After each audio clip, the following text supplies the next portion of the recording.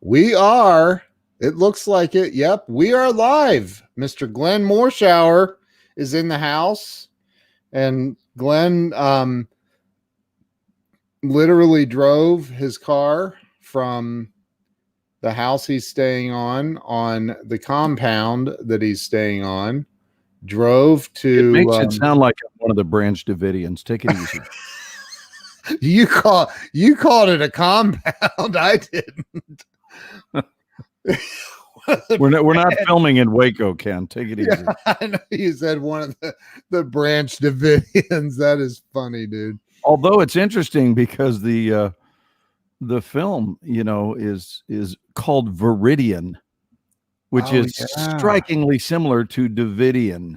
It is, dude. It's the most similar word I've ever heard, and I'm still not seeing you live on your page. Hit refresh. I did, but try it again. I'm going to hit refresh again. Uno más. Uno más, por favor. Uno más, por favor. There, I see it. It's on my page. It's the very first thing that pops up when you refresh my there page. We are. Okay, now. There we are. Now I just need to press share. Yep. That's it. Did it share out? I don't know. Hopefully everybody else is sharing it because it is Friday Night Live with Ken Walls and Glenn Morshower, also known as the Ken and Glenn Show. Just the right. Ken and Glenn Show. Are we? Did you share it? I pressed share and I don't know what's happening. Well, when you click share, a little thing pops up down beneath that, or perhaps above it. On the left-hand side that says shared. Yeah, and then just click share now public. Again. Share now public. You click share and then you get a menu. Then you click the share now public. And you can share it to a group if you want. Or you don't have to. Yeah. So I'll tell you though, there it is. On a positive note, while you're doing that, everybody else that's on the stream, I'm pretty sure has shared it. We have Kellen A. Hardy Fisher. I just call her Kellen. Kellen shared it. Chad Kneller shared it. And before anybody says, Ken, you're pronouncing his name wrong, it's not Chad Kneller. It's Chad Kneller. Weldon Whitehurst shared it. Larry Schneider has shared it. Talene Baker wants to know if we ever sleep. Jose Garza has shared it. Jason Alt has shared it. Glenn Morshower has shared it. Holy crapoly, look at this. Sandy McNichol has shared it. Dude, we should have 300 or 400 people watching right now. Okay. Well, the important thing is we have each other. We do. And 30-ish. Dude, you just posted it in the Extra Mile Acting Workshop, too. The Extra Mile West in Los Angeles. I did both, Ken. You know why? Because I care. So, hey, I want to go to messages here and see who's out there tonight. And I have a great story for you that I was so deeply moved by. By the way, this location here is one of the locations where we have done some filming at this grand. Look at this set. I'm on a set right now. This set is incredible. Wow. This big table is a huge part of our movie. It is? Yeah, it is. I'm not at liberty to discuss, but I can just tell you that it's one of the big locations for us. So wow. I'm glad to be here in familiar territory, and no one is here in the production office tonight. So hopefully you're getting a good internet feed. It looks like Tiffany's dining room. Yeah, I see that. So listen, check this out. I'm with the cast and crew because Fridays are our 1 day a week that we're off. We're shooting 6-day work weeks. And last night I'm chatting with our weapons specialist. Beautiful 30-year-old woman, and she's so kind. And she told me a story. We were sharing with a small group of us, just sharing stories about what has shaped us into being the people we are today. Mm-hmm. And when she was 26 years old, she decided to go skydiving. And it was something she had thought about a lot. And frankly, it was a way to conquer her fear, because she had lived her whole life with a fear of heights rather. Mm-hmm. And which I guess would translate into possibly a fear of flights as well. But she said a fear of heights. And she finally got the courage to go do this. And en route to the day, she became very uncomfortable in her belly, like there might be a mishap. Like on the way to the airport? On the way to the airport, yeah. Just an uncomfortable feeling, like something felt off. Yeah, I can imagine. Well, as it might feel when you jump out of a perfectly good airplane. I was talking about this just a little bit ago, actually. That's weird that you're bringing it up. Wow, how strange. Yeah. So she decides to go ahead and go through with it. And, she's doing a tandem jump, as you're required to do when you first. Yes, Rebecca, exactly. Listen to the whispers. So and this is what inspired it, is I was talking about my relationships with whispers, and to not merely hear them or value them, but follow their advice, right? Because there's hearing them, and listening to them, there's hearing them and ignoring them, and there's hearing them and valuing them. And then the highest level is hearing them, valuing them, and following their advice. So she does the tandem jump, and she said it was the most beautiful thing ever. And they are free falling, and, for a long time. And all of a sudden, literally making me nauseous just thinking about that. Go ahead. All of a sudden, it feels like it's been way longer than she has been told that it would be. And they seem to be flying awkwardly, at which point they're getting way closer to the ground than had been discussed, right? As far as concern. And she looks up to discover that the man she is tethered to is out. No way. Is out. No freaking way. She has no idea what to do. There is a reserve that had been talked about. And she is thinking, this is there's no punchline here, by the way. Oh my God. There's no punchline. Dude. And she's thinking, this is a horrific time to be playing a joke. You can't do this, even if you're a hotshot. You can't do it to me because I'm nervous being here anyway. So she falls, and now pulls a cord that sends some sort of streamer. I mean, I don't know the technology. I don't know the terminology, rather. But the chute never opened. And she looked over as it was clear that they were going to hit the ground. Oh my God. And the ground is coming up fast. And she looks over and saw that the other people that they had jumped with are landing in the target area, and they are not. And it's because he can't guide anything, because he's out. And they rolled in such a way aerodynamically that he wound up going under her and serving as a pad. Oh my God. And the chute never opened, and she lived. Oh. And he died. He had had a heart attack in midair. Oh my God. And I said, you would qualify as a tremendous guest on my buddy Ken Wall's show called Breakthrough Walls. Oh my God. The after effect, I've never talked to anyone that lived through a free fall from 8,000, 9,000, 10,000 feet. Well, usually I think they jump from 9,000 to 10,000 feet. Walked away from it. Now, granted, busted up pretty badly, but lived and was not paralyzed.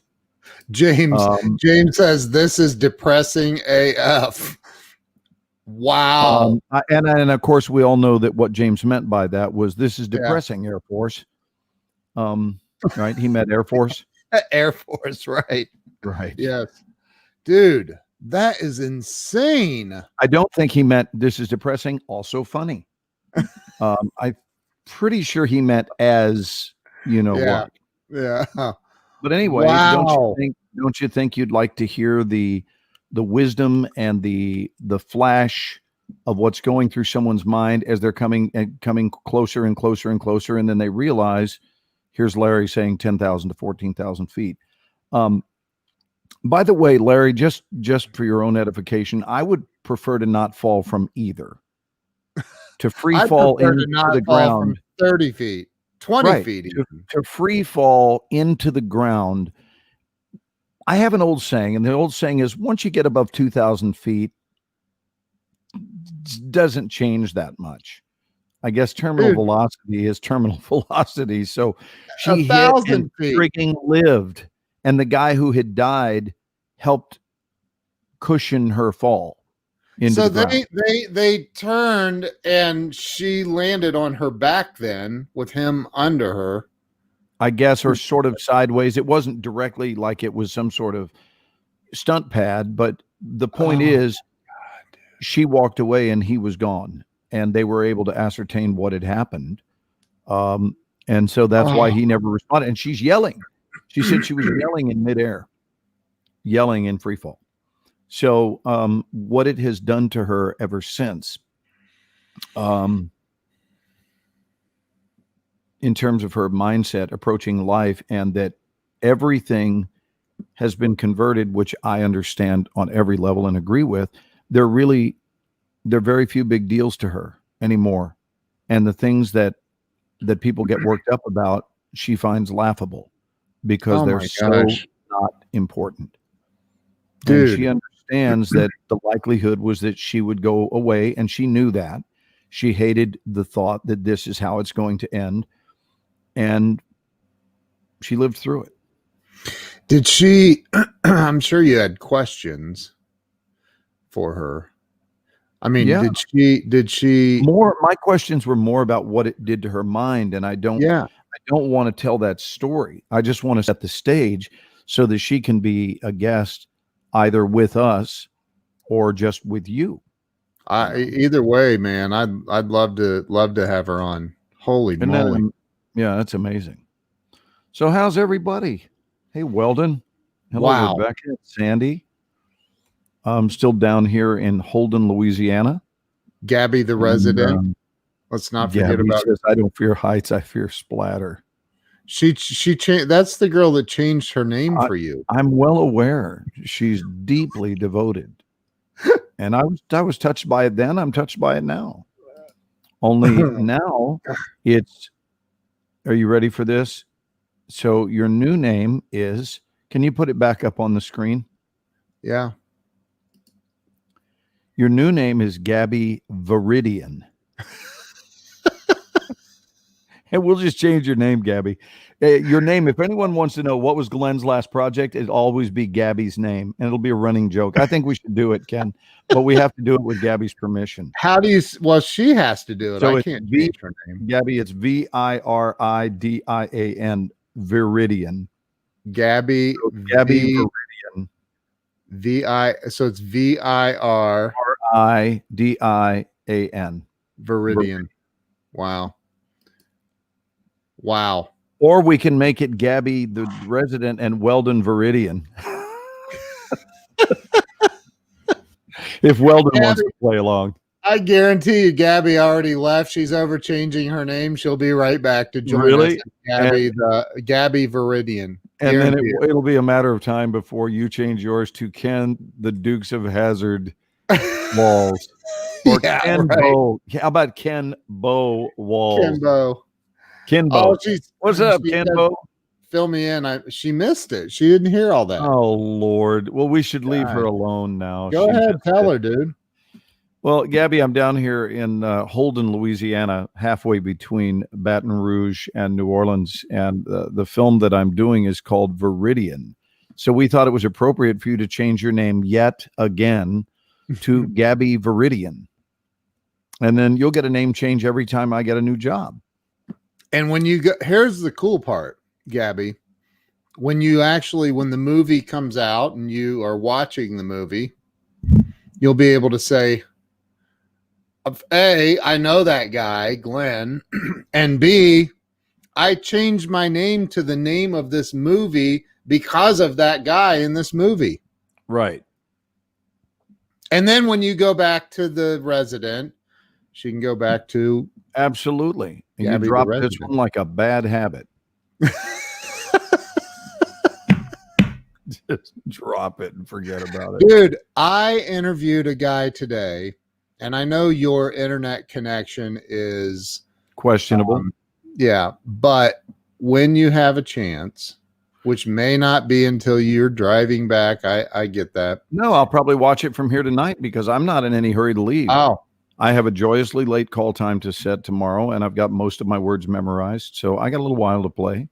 Dude, this guy is from the UK, Steve Sims, and he laid down. I mean, it honestly, bro. I mean, maybe next to you, it's up there, man. As maybe one of, if not my favorite, one of my very favorite interviews. Nice. What was he talking about? What's his story? Dude, this guy goes. He just finished up I think he said 9 years with Elton John, Sir Elton John. Wow.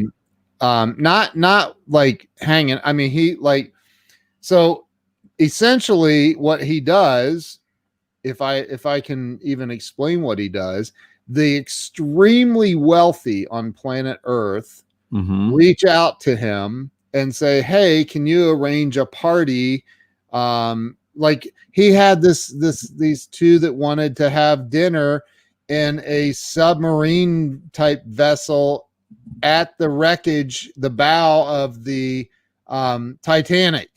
And he arranged it. He arranged for somebody to go have dinner with Will Smith or something. I heard he's done these amazing, like he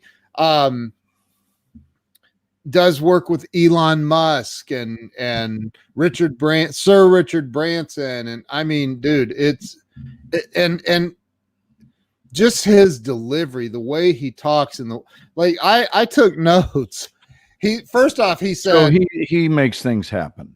He said, and this is a guy that like is very unassuming. You wouldn't assume that this guy is like, but he said, I just decided, I can't do a British accent, which you can, but he said, I just decided that I'm going to go for stupid. Like, I want to just see how stupidly ridiculous I can make something for somebody, like in a good way. Push it to the extreme. Yeah. So he had this, and again, I'm trying to recall everything from memory. My mind was mush when I got off this interview, but he said this wealthy couple, the guy wanted to prove to her family or something that he would fit in. And so he says, book us a dinner in Florence, Italy or something. And so he's like, well, what can, I could call like, one of those apps and, book him a reservation or something. And he's like, but no, I want to be extreme. So he literally set up a dinner where whatever the museum is, where the statue of David is in Florence, he set up, or wherever it is. Is it Florence, I think? But anyway, yeah, the statue of David is in Florence. Yeah. So he rents out the entire museum from 3 p.m. to 1 a.m. Has this family they come in, the table is literally at the feet of the statue of David. He has a chef that's preparing everything right there. And then what's the guy? Bocelli. He has Bocelli come in and serenade the entire family while they're dining. Like, what? Like, he's like, and he, he's and boy, it kind of makes Whataburger look uneventful. Dude, it was absolutely incredible. And some people just go to Whataburger in Des Moines and call it good, but no, We're going to be dining this evening at the foot of the statue of David. We've got a famous chef preparing dinner this evening. That's lovely. Right. Oh my God. It's amazing. Dude, it's amazing. You'll love it, man. I'm telling you. He said there was somebody that said something. He was with Elon Musk at SpaceX, and they're walking down this hallway, and somebody said something to Elon. How do you feel about NASA putting out all this negative stuff about you and press and all this? And Elon didn't really say anything. Then he just stopped and he goes, "They will always laugh at you before they applaud." Isn't that true, though? Often true. Often true. Anyway, it was great. I think it does make Whataburger seem a bit uneven. in case you were trying to impress your family with ordering Whataburgers with cheese for everybody. Just everybody, feed them all the same thing. Whataburgers with cheese. Make mine a double. Oh no, that's the other burger joint. In-N-Out. In-N-Out, yeah. I'll tell. Let's talk about that. About In-N-Out. In-N-Out and Whataburger. Which one do you? Which one? Well, I'm a purist and I'm a Texan, so you know the answer is Whataburger. It's got to be. Like the people that live out on the West Coast and they've never been to Texas and experienced Whataburger, and they go, "Oh, but the best burgers in the world are In-N-Out," which is really just kind of a mediocre burger at best. Right. And you never, ever go in and out. You go in and wait a long time. And you wait. And you go in clean shaven and you leave with a beard. It should not be called In-N-Out. It should not be. Or add one word, In-N-Out eventually. Right? There you go. In-N-Out eventually. What does it say? True. What did James say? I love how Glenn traveled with the Blue Yeti. Well, Blue Yeti. James, I'm a consummate professional. And what else would I do? I have to make this stuff broadcast quality. Look, there is our adorable Yasmin. I love Yasmin, but come on, Wendy's makes a good burger. She and I were talking about this, and she attacked me on the phone coming down here last Friday. We're having a discussion, and I told her where I was stopping, and she was going crazy about Burger King fries, which on a great day are average at best. Right. Yeah. Right? That's and no one has ever said that McDonald's fries are not the best, because they are. They're pretty good. That's the premier event at McDonald's are the fries. The fries at Wendy's, she's owning her behavior. The fries at Wendy's, a lot of people don't know this. They are now giving them to people on death row in lieu of a death sentence. For someone who is, been found guilty of a major criminal offense, they're forcing them to eat Wendy's fries. Dude, the fries at In-N-Out, how do they even call them fries? Well, for your own edification, Mr. Walls, they do actually cut the fries in front of you. They dice. It is not prepackaged. They dice at In-N-Out. I know how it's done. They take, and this is not a commercial. They're not paying me for this, but they take an actual potato and they do the big plunger that slices the multiple. And so they cook them right there. So in theory, they should be really good, and they're pretty good. But that's about all I'll do. I can't. I think they're disgusting. I get excited about the palm trees on the paper cup, to be honest with you.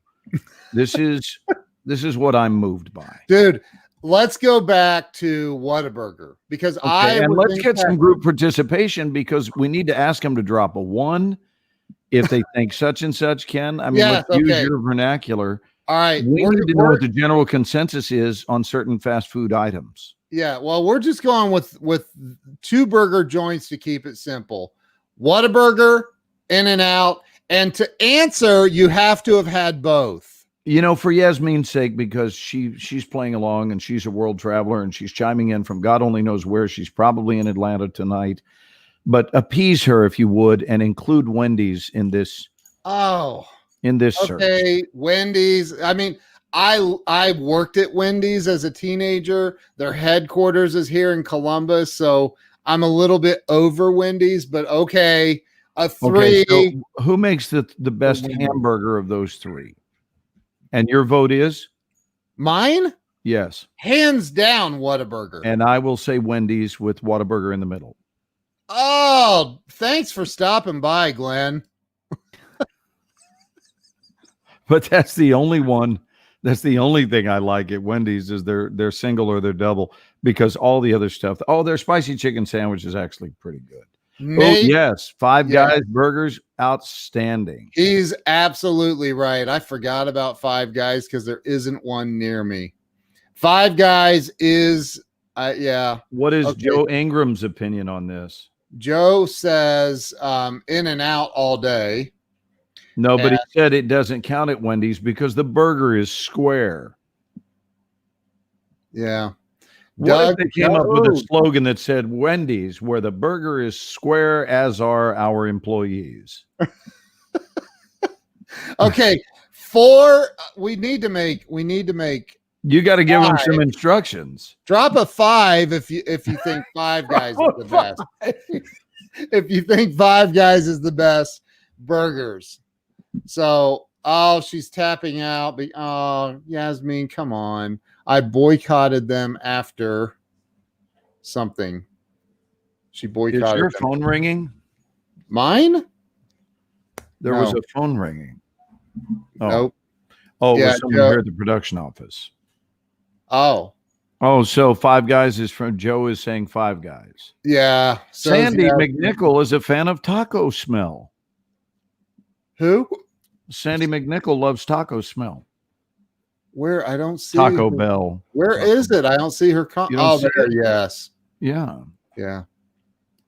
Their Taco Bell. I don't eat at places like this routinely, but when you're on the highway and you don't have time nor the interest to go in and sit for an extended period of time, you just want to do the eat and go so that you can sip what you think is lemonade. Right, which I can't recommend that highly enough. I wonder, hey, hold on.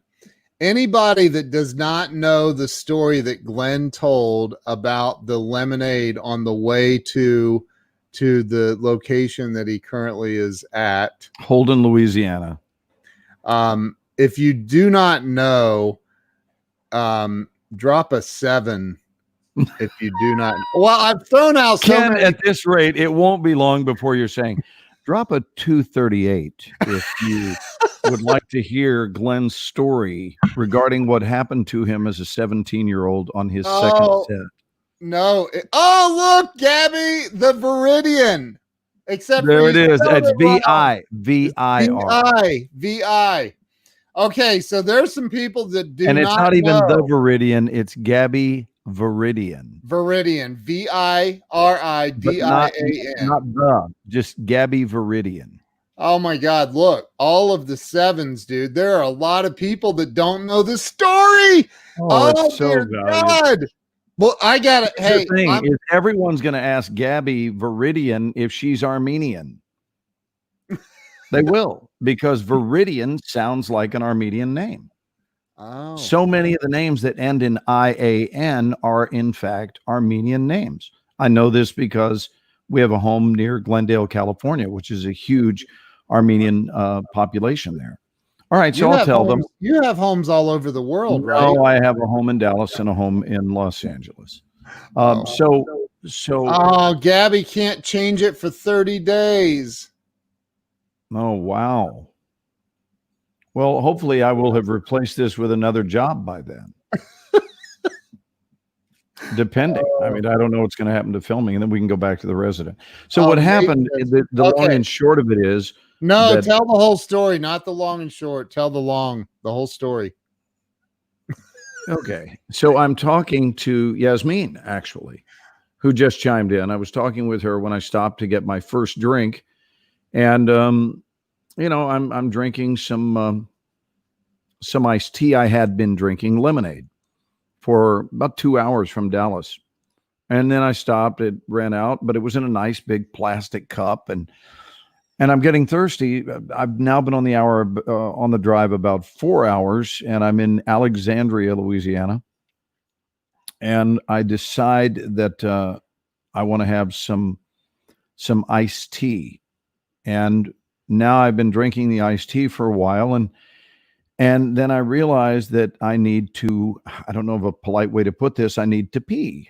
And because I'm a dude, and because I don't want to stop and get involved with the public or anything, or any 24 sightings, and I don't want to have to put on my mask to go inside somewhere, and it's just easier to revert to teenage or boyish behavior where we would urinate in a Coke bottle. But I don't happen to have a Coke bottle, but I do have a Wendy's cup, and it's still got iced tea in it, and I don't want to waste the tea. So I pour the tea into the original plastic cup, which had ice in it.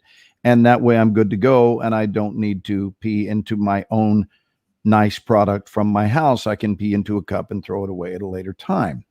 So I do. And so far, all is really well. And I get that all done. And I did it exactly as they suggest you do in the driver's manual from the Texas Department of Motor Safety, when they go beat for beat telling you exactly how to urinate at 70 miles per hour.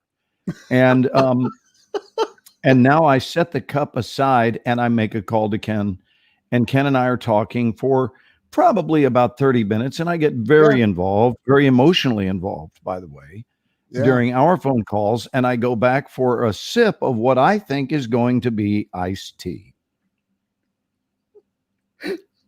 Oh my God.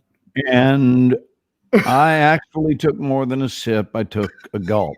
I'd love to tell you that it really was a sip, but it was more of a gulp, and followed by an immediate gag reflex and the single worst taste of my life.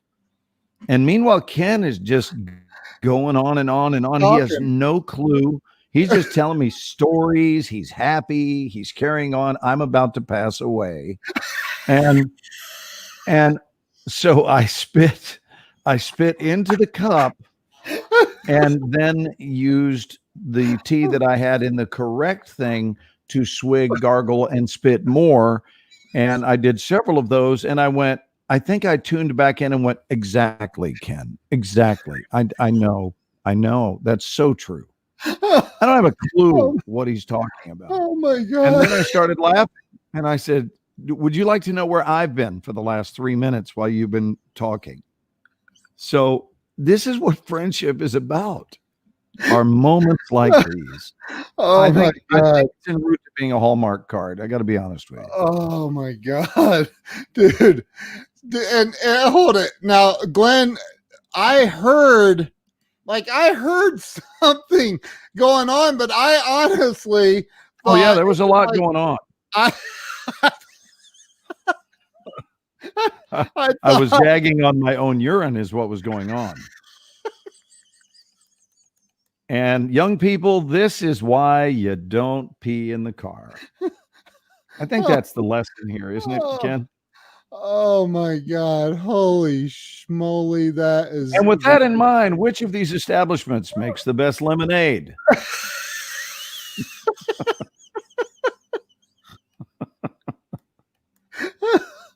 Oh my God. Oh, that is ridiculous. So you said to me though, Ken, I need to share with you something that just happened. And you have to promise me that you will never ever share it with a single soul on this because planet. I wanted to be the one that decided whether or not it should be shared. You said that includes Jill, your wife, and I said, okay, yes. Okay, and I won't. What is it, dude? And you're like, you promise, and I'm like, yes, I promise. What? And right. And this is where you say, drop a 1 if you've ever tasted your own urine. Right? Drop a 1. I can't keep from saying that in my personal life. I go into a burger joint and they look up and I keep waiting for them to go, drop a 1 if you'd like lettuce on that. Drop a 1. Oh my God, dude. I know I'm going to get pulled over by a cop who's going to go, drop a 1 if you think I'm going to cite you for your offense today.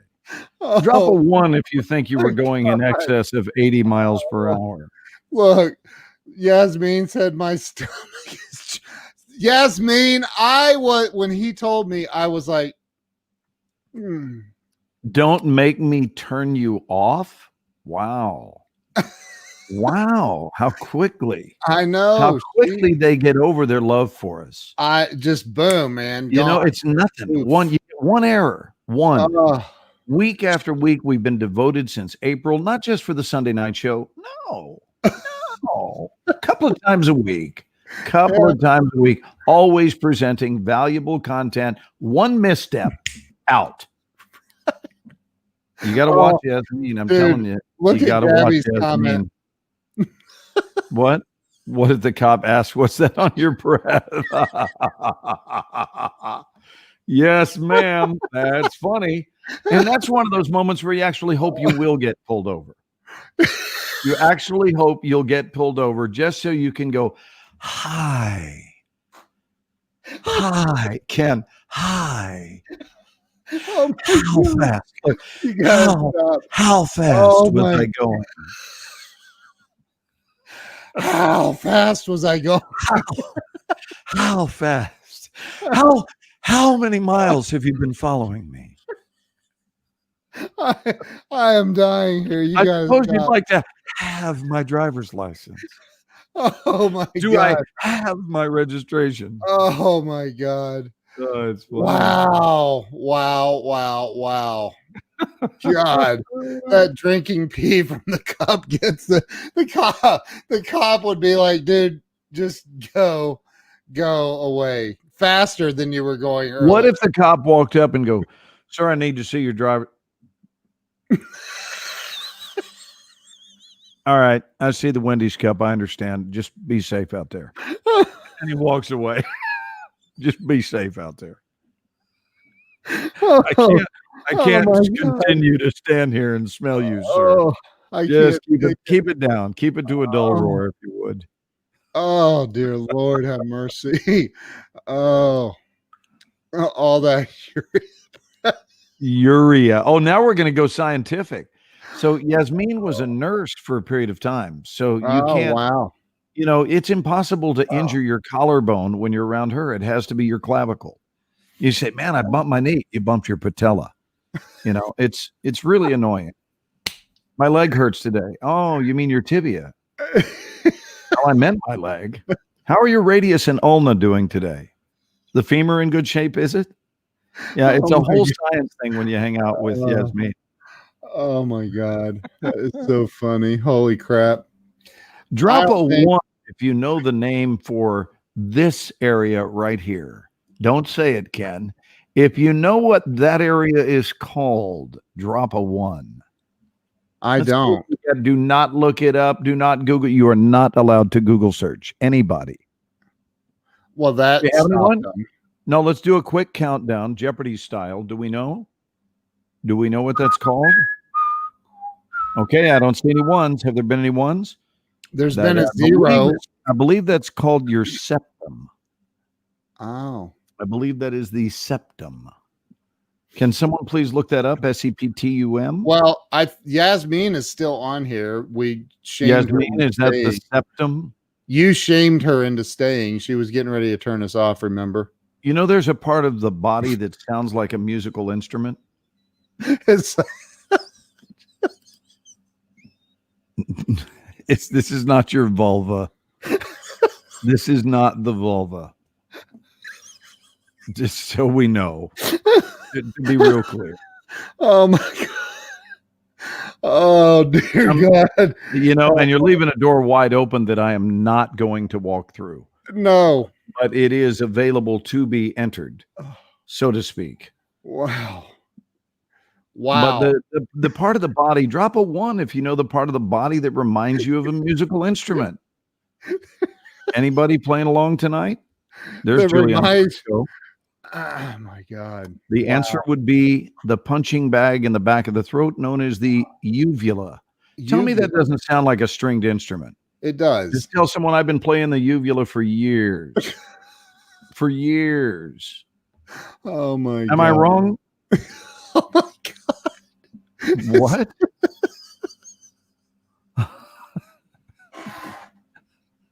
Wow, man. Man, my students need to spend I don't know, they need maybe a little less alone time. Septum is nose between nostril. This part of the nose is the septum, not What's this? Oh, you're saying where you have the nose ring. That's the right. septum. Understood. Sure. So what is the little roadway that's underneath it? It's the nose valley. Everybody knows that. Right. Well, I think its primary purpose, I do know that, is to divvy up a rather profound snot cry. If you're having a good old-fashioned snot cry, it turns it into Pittsburgh, meaning 3 rivers. Right? It turns your snot trail into the city of Pittsburgh. Sandy said getting X-rated. No, Sandy. No way. Never. Wow. People would be healthier if they would have at least one good snot cry a year. Yes. Really? And not try to dry it up. I haven't had one of those. Well, and that explains your dysfunction. Yeah, you need a snot cry, Ken. You don't have to manufacture one, but if you're feeling like one, the idea is to not stop it. I don't know what's wrong with our nation. You know, that's one of my beefs. You know that, right? That's one of my beefs in life. Yeah. I don't have a lot of beefs. I have very few pet peeves. That's one of them. I used to have a dog when I was younger. I had a dog named Peeve, and I always got to introduce him as my pet Peeve.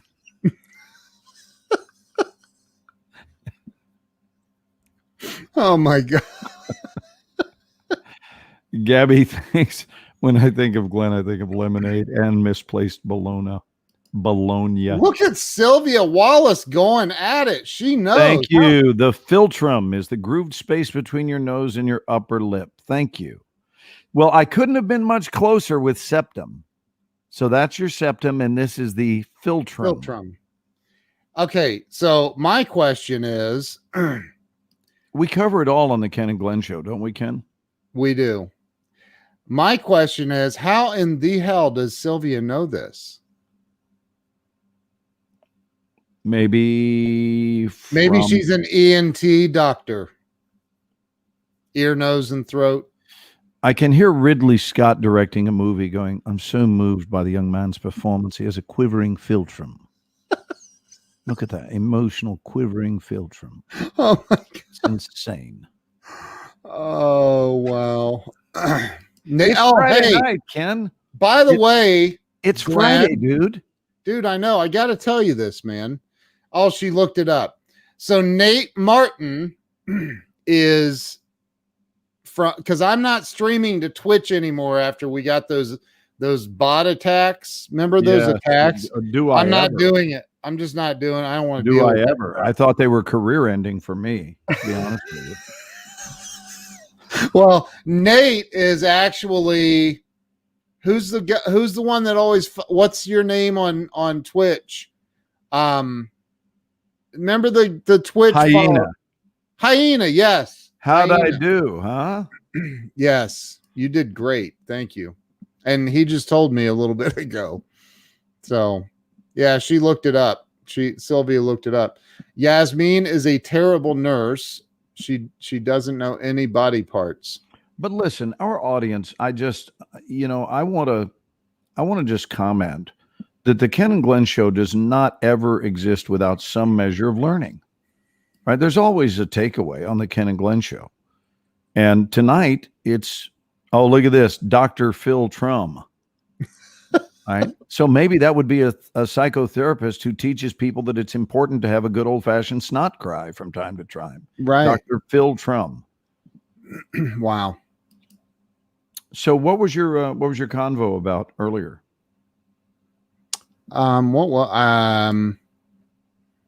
When are you going to just go and do it? And then I talked about Steve Sims, and I showed part of the interview. And it you were referring to was what? Your visions, your dream life? Is that what you meant by do it? Yeah. Yeah. When are you going to get on a live stream with one of the most famous character actors ever, Glenn Morshower, and then respectfully shove citrus products into your face? It's not citrus, dude. Oh, what is it? It's well, is it guava? It's cantaloupe, but I call it muskmelon also. And it's delicious. I'm not going to lie. And that's why I'm trying not to show my face on screen. And we also don't advocate lying on the Ken and Glenn show, do we? Nope. We don't. Am I lying? Lying's bad for us. You know that? Am I lying? Drop a 1 if you think lying is bad for us. And I don't mean that there's some sort of punishment. No, I want to get a ruling on this, Ken, because you know me. I live every choice of my life based on our audience's consensus. I'm incapable of making a decision on my own. I go back to former shows of ours to see how to live my life. I know you do. You've told me. Always have since day one. I was pretty much directionless and headed nowhere fast until the Ken and Glenn show with a guy named Scott. And then we acquired this audience, and their collective wisdom is tremendous. So I go to it for insight on a regular basis. Mm-hmm. No, not musk, like M-U-S. Yeah, Mushmelon sounds like a porn star. Oh, jeez. I mean, it does. Starring Mushmelons. Hey, Gabby wants to know if white lies count. Oh my God, there's Laura. So let's talk about this, because I think we're on but let's talk about yours first, and then I want to move into. Is it bothering you that I'm eating my melon? Not even slightly. If you look at this face right here, does it look bothered? No. Look at it right now. This is me completely bothered.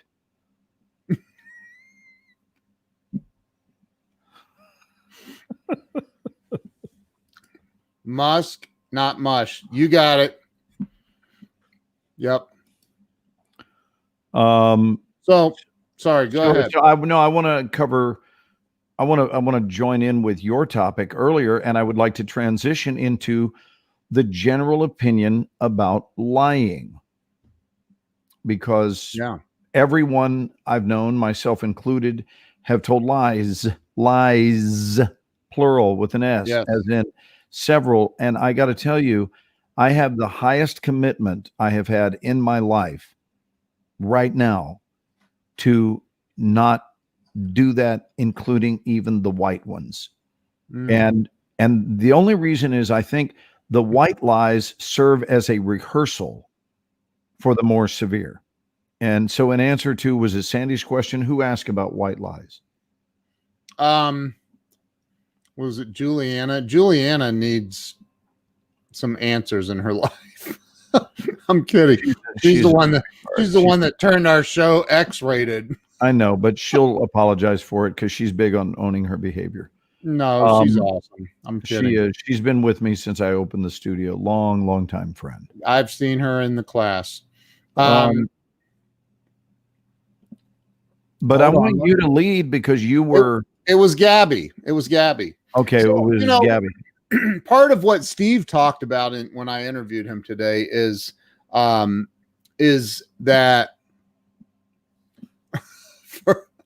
this is random, but hey, Doug, he's going to wear his mask for the rest of the show. Okay. It may be your breath of the urine smell or something. I don't know. All right. Well, I apologize. Where'd you go? Where did you go? So,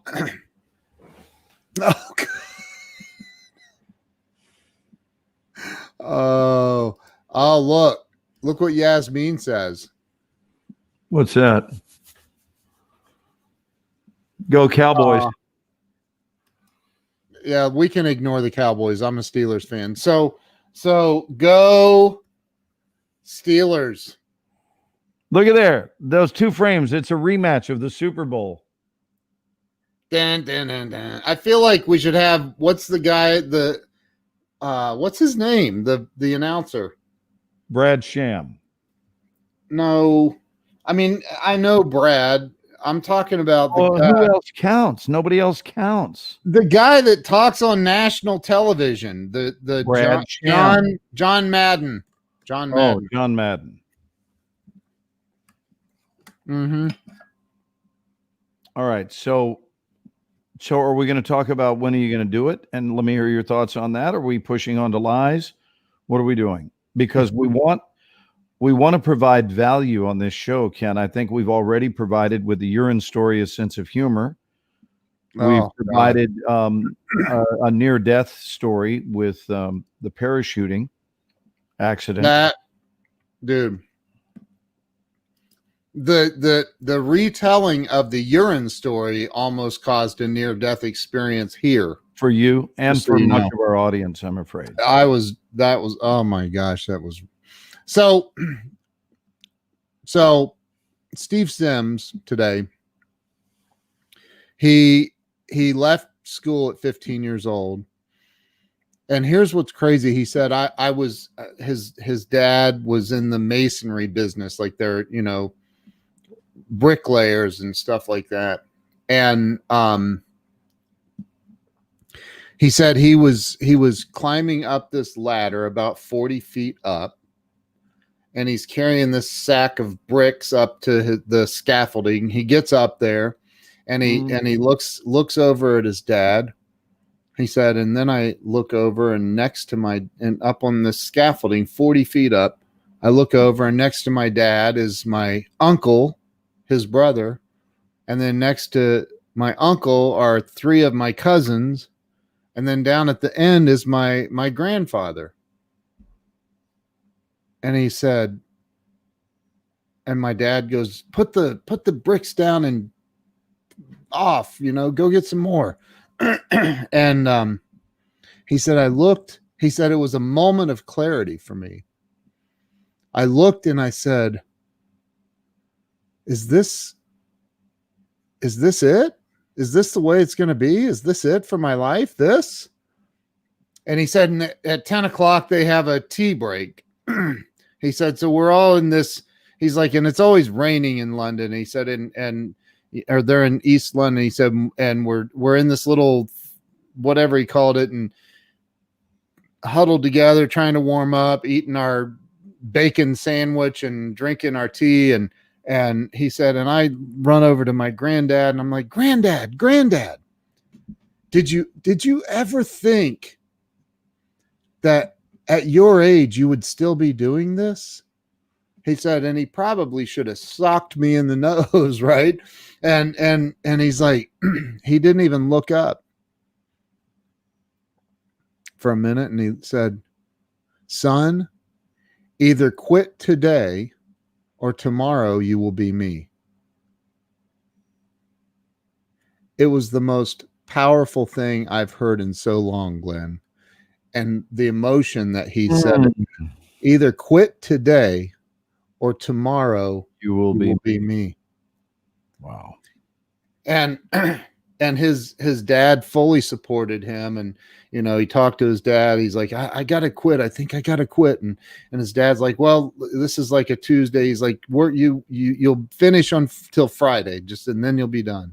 Because his dad was like the foreman. And he said, okay. And he's sitting at dinner, talking to everybody about he wanted to be more in life and have more. And, and his mother, he said, we never connected really after this. She said, you think you're better than us, don't you? No. And he said, I don't think I'm better than anybody here. I think I'm better than this lifestyle.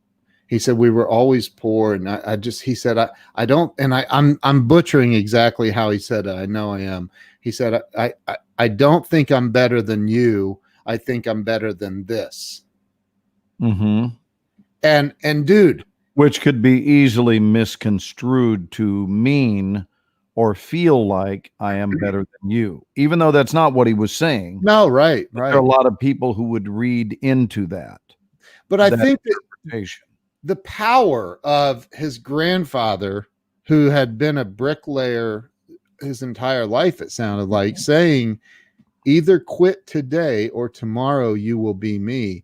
And that's what made me go, you know, are how many people are living in that, the voices of maybe their mom or their dad or somebody that's like, oh, you think you're better, rich people are evil and you can't, you know, or you think you're better than us. And that's what, you know, what is the story that you're telling yourself that keeps you stuck? And that's it was seriously, dude, it was a mind-blowing conversation I had with this guy today. And it was like, wow, man, like, for his grandfather to have that insight and say that's powerful. It was I powerful. agree. That's huge. Yeah. And so did he follow those instructions? Oh yeah. I mean, he hangs out with Elon Musk and Elton John and you know what I thought you were going to say, and I'm not saying this to be cute. I'm really not. I thought you were going to say, and I saw my grandfather and I saw my uncle and I saw the two cousins standing next to him. And it was weird to have seen them because they were all deceased. Oh, jeez. No, I'm not joking. That's what I thought you were going to tell me. And I thought you were going to say, and it was right at that moment that he saw them all standing next to him that he fell off the ladder. And that it was God. And that it was some sort of warning, like they were all showing up. I don't know. But that's my mind, and I've been around Stephen King too much. I worked with Stephen King. Did you really? I don't know if I ever told you that. Yeah, I got a beautiful letter from him to my agent asking me to do a project with him called The Ghost Brothers of Darkland County. Wow. You can look it up on the internet, and it was a book on tape that I did with Chris Christopherson and a bunch of other name actors. We recorded. What are you laughing at? They all stood up 40 feet up, drinking their own pee. Nice. Nice. You know, to that end, the quote you just said is, stop today or tomorrow you will be like me. Quit today. Or quit today, right. Quit or tomorrow today. You will be like me. Look what Tammy Ann said. The day before my trip, do you know what my mother said to me when I was headed out? What? I'm talking about before my drive last week. Yeah, what? Your friend said, quit today or tomorrow you will be me. Wasn't that the quote? Yeah. My mom, the day before I left, said, quit today or tomorrow you will drink pee. So it's a similar quote, but not exactly. Oh my God. Certainly it rhymes. Wow. So let's help Tammy. Let's help Tammy. What help does Tammy need? Okay, now we're gonna. Hey, Ken, this is the sign that I'm ready. You ready? Yep. I'm ready to dig into something here. What are we doing? I live with that limiting voice of my mother and my family every day. I struggle daily to shut them out. Okay. Does Tammy want some input? Because I don't want to assume that she does. She might not want input. I understand. That's why I respectfully am asking. So you understand that I'm stupid enough to not know that she, is that what you're saying? Or no, I'm saying that just because someone expresses a thought does not mean that they want to converse about it. She said yes. Okay, then please put the thought my up. Family is not ready for my success. So then put the original thought up if you would, Ken, because there is a word usage. There's some words here that Tammy would greatly benefit from rearranging. And it's simply to change the first two words.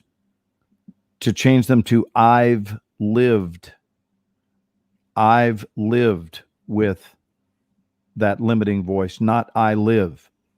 Because anytime we present tense something, I live, then that becomes the way it is. That's our declaration. It's just what is. I live with this. I live with this. Instead of what is just as true to say I've lived with. And that owns it right up until this moment, but it doesn't declare that the next moment is going to continue to be this way. And this is an ancient coaching that has helped people a lot to not present tense anything that you're trying to escape, but actually to begin to refer to it in the past. And it sounds like wordplay, and it sounds simplistic, it sounds minimalist, and yet it is very, very effective. And I'll tell you, when I started with this, is actors who would come up to me and say, can you offer some help? Because I've been in a bit of a rut. I remember one actor in particular who was a good actor, and he hit a bit of a stretch where he was unemployed. You're welcome, Tammy, and I want you to listen to this support piece on this. He called me up, and hand to God, I'm going to tell you exactly word for word what happened. He called me up and he said, Glenn, I need some audition mastery coaching, because I taught an audition mastery course in Los Angeles for years, which was the art of booking work, not just doing the work, but being the one who gets the job, which is something that actors, they do that is actually quite different from doing the job. There's a separate art form to being the one that they choose. And you need to learn how to create a bias in your favor. Basically, the art form of playing with a stacked deck. And it's not cheating. It's fair to stack the deck energetically in your favor. Yasmin, who's watching tonight, is a master at doing this, where she doesn't stand the same chance that everybody else does when she goes into a meeting. Not at all. The deck is stacked severely in her favor based on energetic contributions. Yeah.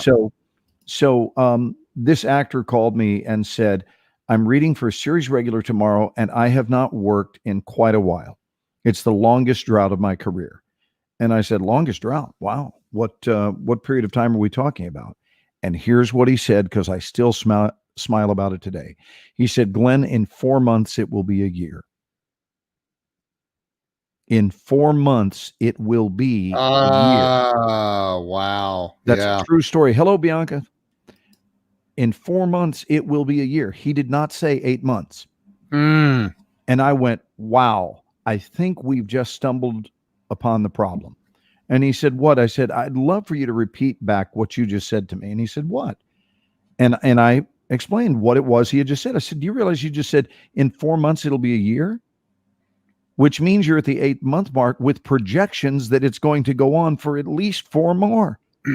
And you decided that. And he went, wow. I said, so it's in your language. And if it's in your language, those are the previews to the coming attractions of your life. That's where the coming attractions, the previews originate, is from the verbiage we use. And then he gave me a second dose of it. He said, okay, all right, I understand. He said, so can you work on some material with me tonight?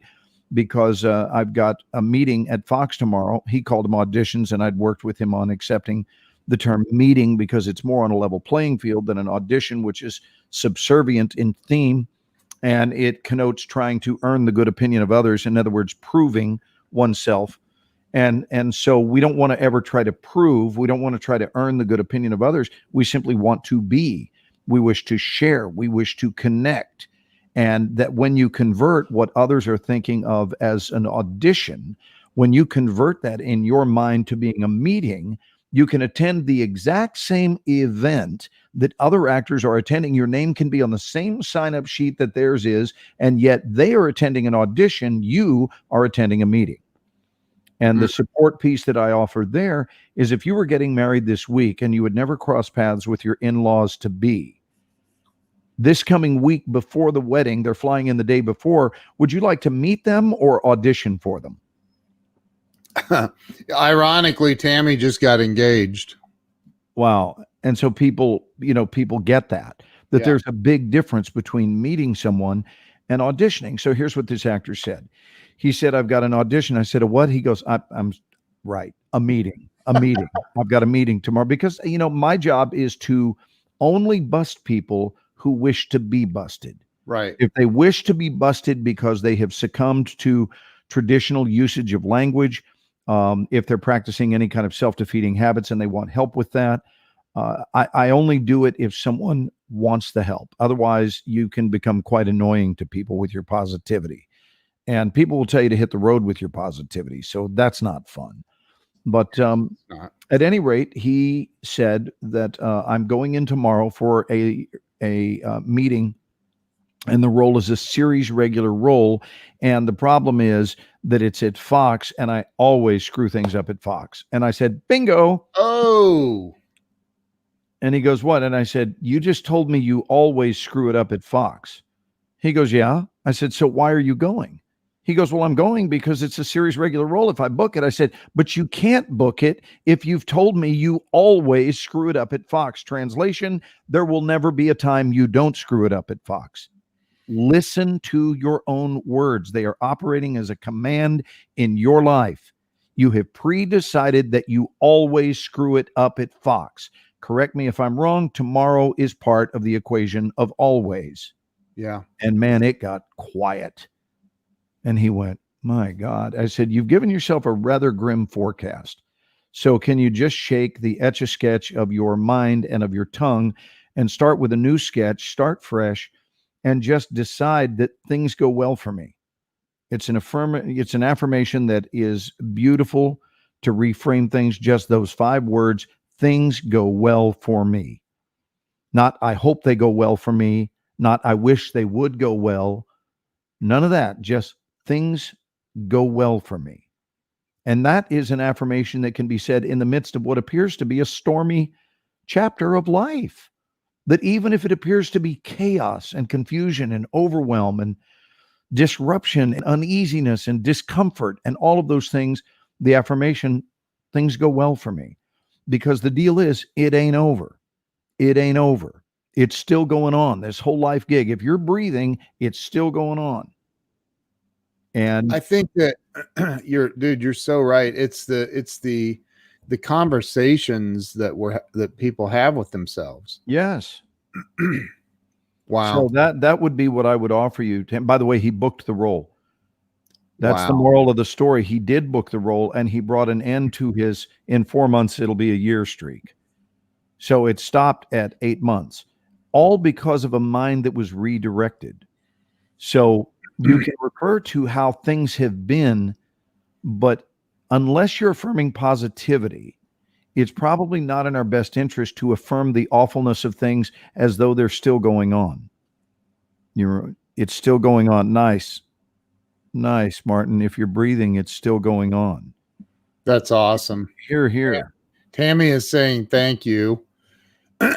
James, sketch it. James is still stuck in. James is still talking about my urinating in my car. Dude, it was funny. I mean, well, so here's an example. Things go well for me, right? I did that. What happens? I've got a best friend on the other line. Things go well for me. I have another cup that I can swig with. Things go well for me. I didn't crash into anything. Things go well for me. And I wound up with a great story to tell on the air. Once again, things go well for me. Amen. So I had to taste a little urine along the way. So be it. But the end of the story is that it one downside to it and 4 or 5 upsides. So I Tammy, think what are we looking for? Tammy, I can't retell the story. She can replay it. Yeah, it's another time. Anyway, so can we talk about lies, Ken? Lies. Or is this the I'm done with this, going to bed? Okay. Because I think that I really would like to hear feedback from our group, and none more so than Robert, because Robert offers tremendous and earnest. Sylvia's staying with us tonight. I love it. So here's my take on lies. We are quick to not. Okay, here's what I think about lies. I think that if we were to be scanned in the moment that we tell a lie, energetically, I'm talking about a device that at a molecular level tracks you. So if you were to have a camera that went into your molecular universe, right? Yeah. So I'm talking really, really tiny camera that is filming the atoms and the molecules and everything. I think that what you would see in almost every case, perhaps not the people who have grown so accustomed to lying that they've become jaded, but I really don't believe, I believe that it's somewhere between 0.1% and maybe nothing that lying is perfectly fine. I think it's something people get used to out of habit, but I actually hold the very optimistic spiritual belief that they never get used to it at a molecular level. And that if we were to photograph what happens to us when we speak untruths, we would see an immediate disharmony, a disharmonious condition where the cells are uneasy about what the tongue is doing. And like anyone, this is a lesson I've learned the hard way, right? I've not been a liar as a career choice in my life. I've had minimal lying, but I, like anyone, have told lies. And when I offer this up to groups, when I'm coaching, every hand in the auditorium goes up, Ken. Everyone. Because I say, have you ever told a lie? Just please don't tell one now. So be honest about it. Have you ever told a lie? I'm going to ask everyone here to be honest about this. Have you ever told a lie? Drop a 1 if you've told a lie. I want to see how many people will drop a 1. I love the way Nate summarized your story for Tammy. What? Can you read it? Basically on a survival call with Ken and had to drink his own pee to stay alive. Perfectly said, Nate. Perfectly. I was very close to lights out permanently time. It was down to nothing left to consume except my own urine to stay afloat. And I did so right on Interstate 49 in the middle of central Louisiana. Oh, God. So I want to hear Robert's thing in a minute, but Ken, hear this. So I really believe that we go into a modality of upheaval, even if it's at a molecular level. And here's what's bad is the minute we pardon it. Do you know that I know so much about living this way that has stemmed from not living this way, and the downside, the repercussions, right, of not living this way, just like you and your relationship with alcohol once upon a time that you've been very, very transparent about. So when I ask people, and are they dropping 1s? Is anyone even admitting, or are people just not wanting to say that? No, yes, dude, there's all kinds of 1s. Okay. Yeah. My thing must need to catch up. So hopefully I would think it would be everybody in the room. Okay. So now I'm going to ask for one more thing, which is drop a 2 if it's not been lie, but it's been lies plural. If you've told plenty of lies in the course of your life. Because I already know the answer. The answer is if you're being honest, unless you're lying now, you're going to be dropping a 2. Because it has become, I don't want to say fashionable. I don't think it's ever fashionable to lie, but I think it's become an accepted part of our culture. And why would we want to accept something that actually is at war with our soul deep down inside? And I'm not getting preachy here. I'm not even getting religious. This is just a spiritual thought that I do believe that lies ignite a combative situation within us. And so I cannot even tell someone on text, I cannot tell them I'm stuck in traffic, I'll be there in 10 minutes when I haven't even left the house. I won't do it. And if I say I'm down the street, if I say that and I'm at a stoplight, I mean, I don't know if anyone else is like me in this regard. Do you know that I can't even send the text until I'm actually just down the street? And I'm going to tell you, that was the difference between being happy and being ecstatic. That was the difference for me, is to give myself a chance to be impeccable. And is that not one of the 4 agreements? Be impeccable with your word. With your word. And I took a bumpy road to get there. I have, and, I have something to say on this topic. May Did I? you hear Nate? I only lie on Mondays when I call in. Here's a different take. I agree with you that you should definitely have the utmost of honest intentions. I already know where you're headed, and I do not ever set out to hurt someone's feelings. I know that's one of the 12 steps. No. Okay. Because I'm careful about hurting someone's feelings. I know, that's for sure. Here's I years ago I sold for a bathroom remodeling company, and I went in and to this appointment, and it was the guy's second home. He is a psychiatrist, and he was having it fixed up so his daughter and grandson could move in. And so I go in, look at what he wanted done with this bathtub and all this, and I said, the price was $4,500 or something, and he says, all right, so what's your best price? And I said, well, that includes $500 off while I'm here. It's a 10% discount, and that's only while I'm here. When I leave, that discount goes away, because then we spend more money and time and miss other appointments if I have to come back a second time, and blah, blah, blah. So he says, okay, so what's your best price? And I said, it's $4,500. I just told you. He said, yeah, I know what you told me, but what's your best price? Right. I said, it's $4,500. Yes. He says, you're lying to me. I said, excuse me? No, I'm not. It's $4,500. He says, you're lying. And I said, dude, what? No, I'm not. Why are you calling me a liar? And I was bigger than this dude. I don't even know why you're still on the phone with him at this point in the story, but okay. No, I'm standing in the bathroom with the dude looking at his bathroom. Yeah. Okay. Well, and so I said, I'm not lying. That's the best price. It's $5,000 minus the discount. It's $4,500. Do you want it or not? He said, I want it, but I want you to tell me the truth. I said, I am not lying to you. And he said, you're getting defensive. And look, you need to understand that every human being on this planet lies every single day, constantly, and we have to. If you didn't lie, you would go stark raving mad within about 60 seconds. If you told yourself the absolute truth about everything going on around you at all times, you would go stark raving mad. So please don't get offended. I'm not trying to offend you. We all lie, and it's okay. And so I said, well, from that perspective, okay, but I'm telling you, this is the best price. He said, you can't call your manager. I said, well, of course I can call my manager.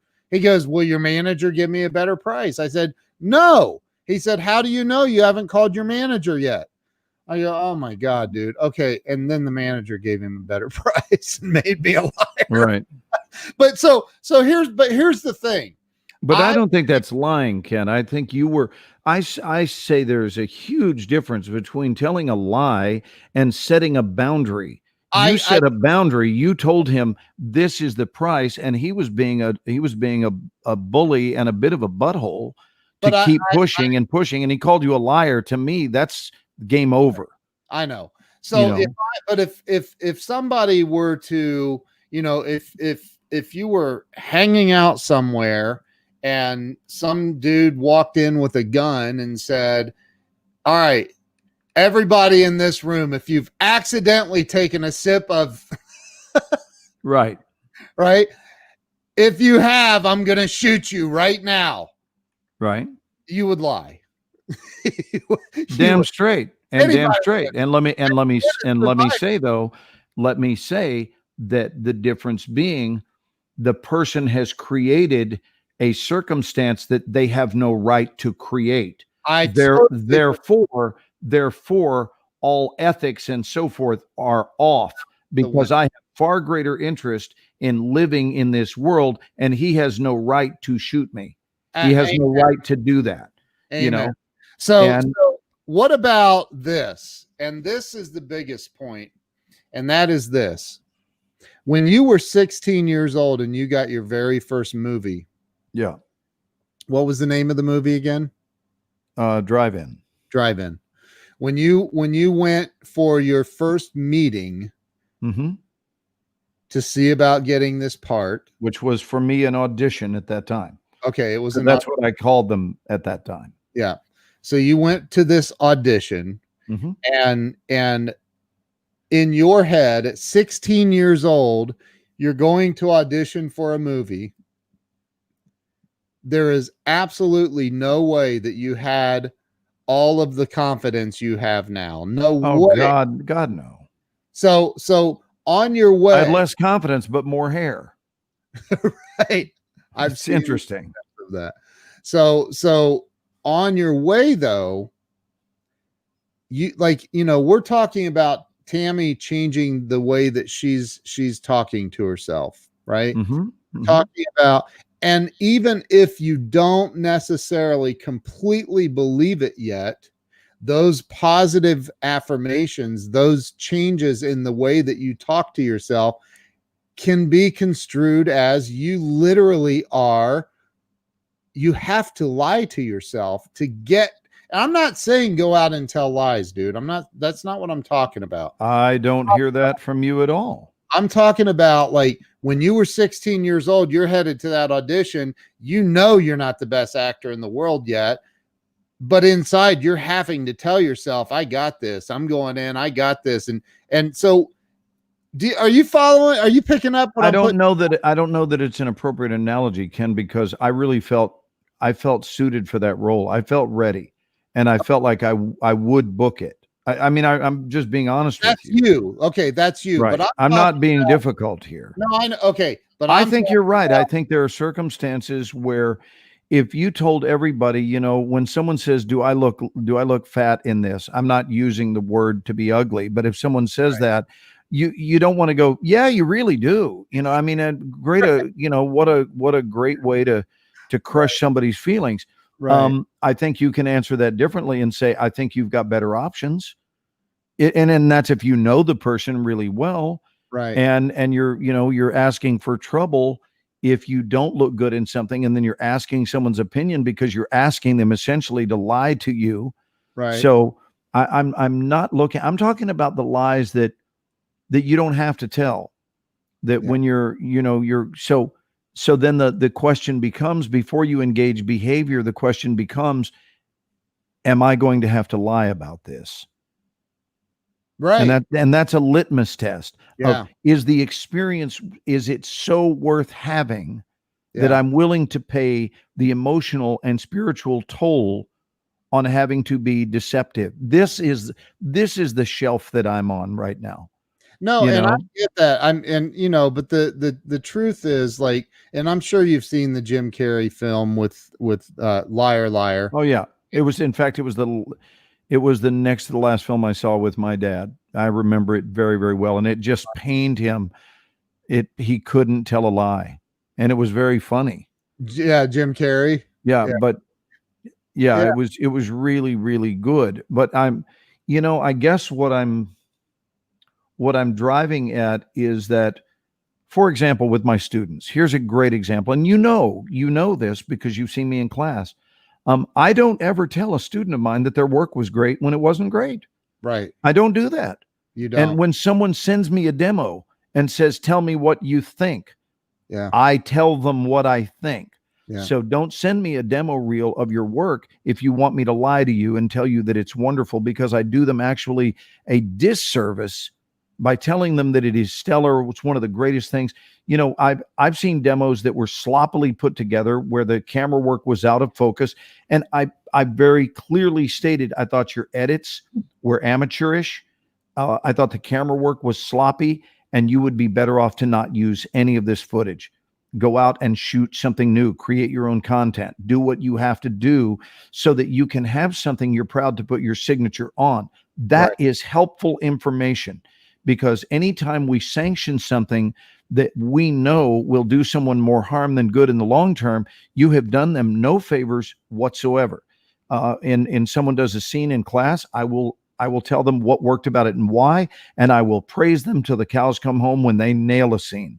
Yep. And I'll let them know I don't have anything that I would do to that scene to improve it. I loved it. I've seen. I know where these lies, and then you start looking at how did lying form? Where did it form? For me, lying formed in needing to lie to protect myself as a child. Yeah. And that's not blame. That's not me blaming it, because it's ultimately up to us as to whether or not we allow a dysfunctional pattern to continue. But what was its point of origin? And its point of origin was in order to not be hit inappropriately, I'm saying, or to be punished for something that actually was not wrong. And that's how I felt about it then. And all these years later, as a 61-year-old man, I look at certain things that were esteemed to be offenses, and they were not. They weren't then. And all these years later, 51 years later, it's still crystal clear to me that there were problems manufactured where problems didn't exist. And in order to try to escape the wrath of certain members of my family, and I'll leave it at that because I don't want to be in violation of that, I literally had to lie by saying that things were okay when they weren't okay. And part of saying things were okay, frankly, it was the lie of omission, Ken, because it was, and I know there are going to be people out there that can so relate to what I'm saying, the lies of omission, where actually you're not telling someone how you really feel, because if you did, you would be beaten for it. And this is especially true with kids. Yeah. Right? Where you don't just say, I don't think it's fair that this is being done. I don't think it's right that this is being done. And it's actually wrong. And I don't care that you're an adult. You're making a very bad decision. You're being very selfish, and you're being cruel even. And I am the brunt of it. And I'm not okay with that. But when you're 8 years old, you don't have that kind of voice. And in fact, many boys, at least, I can't speak for you young women, Ken, you know this as well as I do. When we were boys, many of us were told this line, keep it up and I'll give you something to cry about. Yeah. Right? Which means immediately you better stop expressing at a natural level.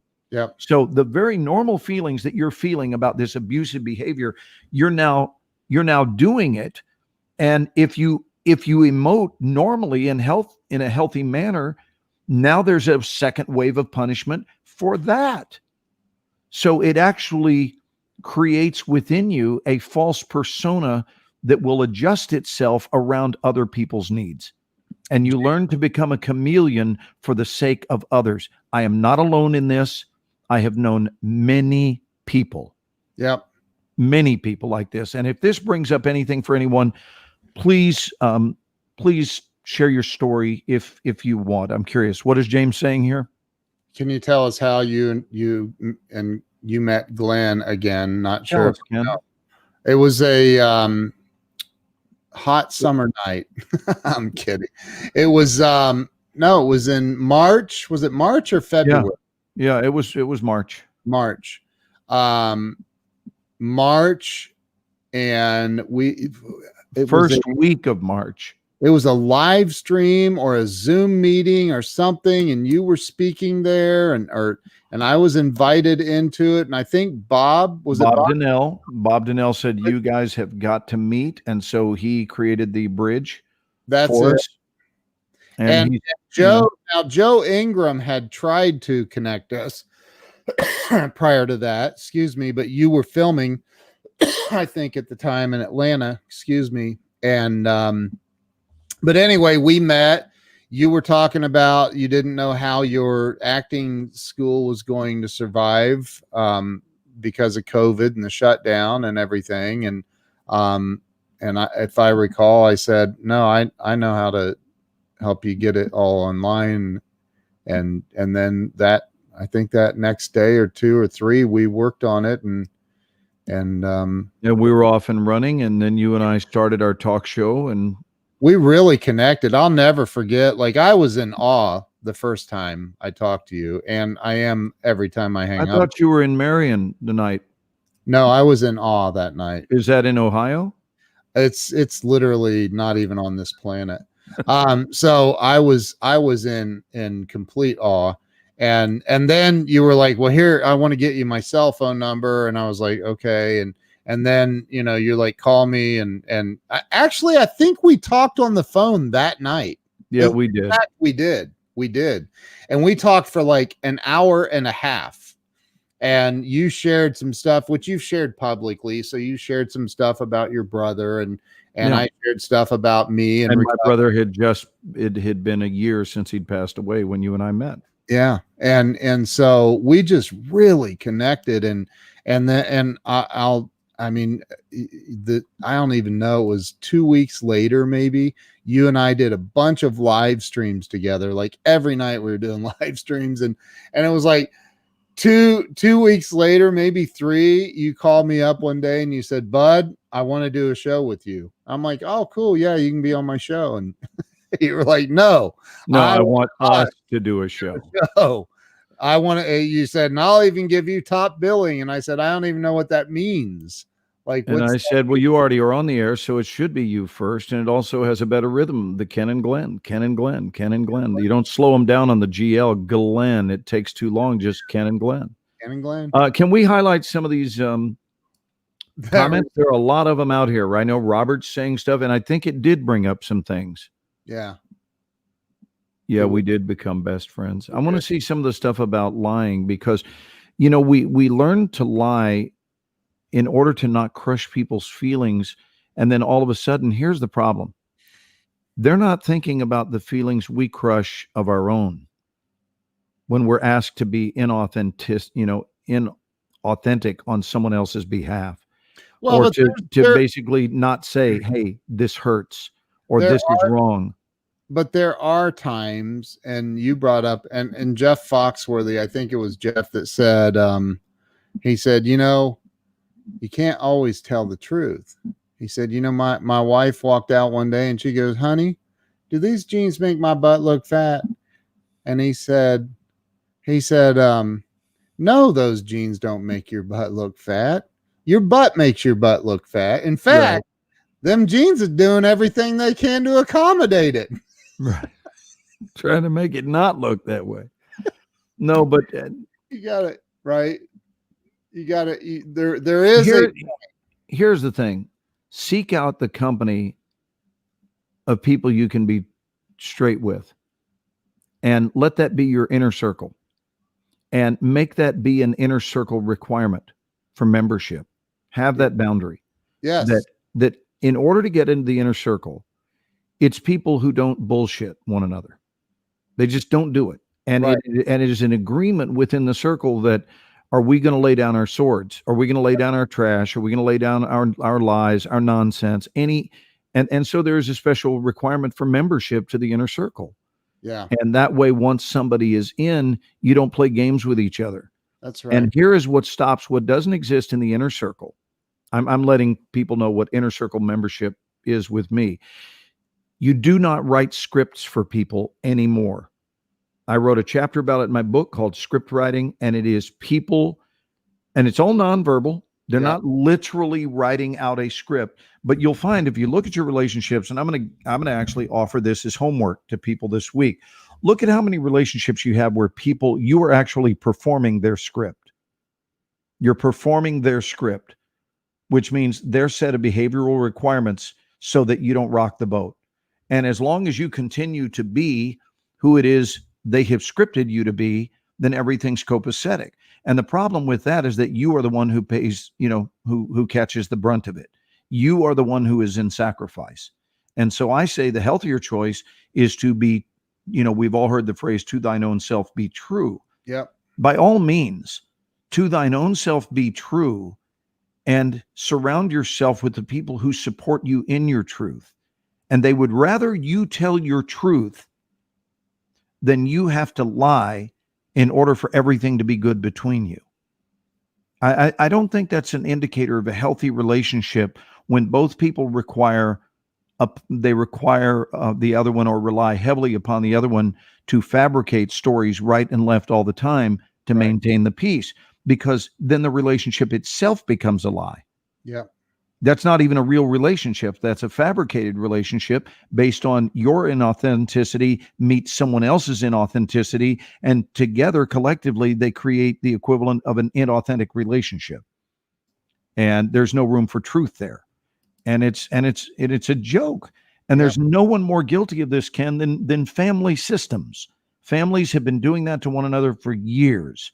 Yeah. And I'm not anti-family. I really love family. But what I don't love about family is when they start insisting that everyone stay in their friggin' lane that was designated by the family. Here is who you are and you don't ever outgrow it. You don't ever become more than what we've decided you are. And we've decided that you are, whether it's how you should vote, what your religion should be, what your sexuality should be, and the list goes on. All of these societal expectations, and your job is to simply wear the clothes and play the characters that we have scripted you to play. And if you have love for self, you will at some point defiantly stand strong and say, I will be writing my own script. Thank you very much. You have no right to write my script for me. I will never write yours for you because I understand that I don't have that right to write it for you either.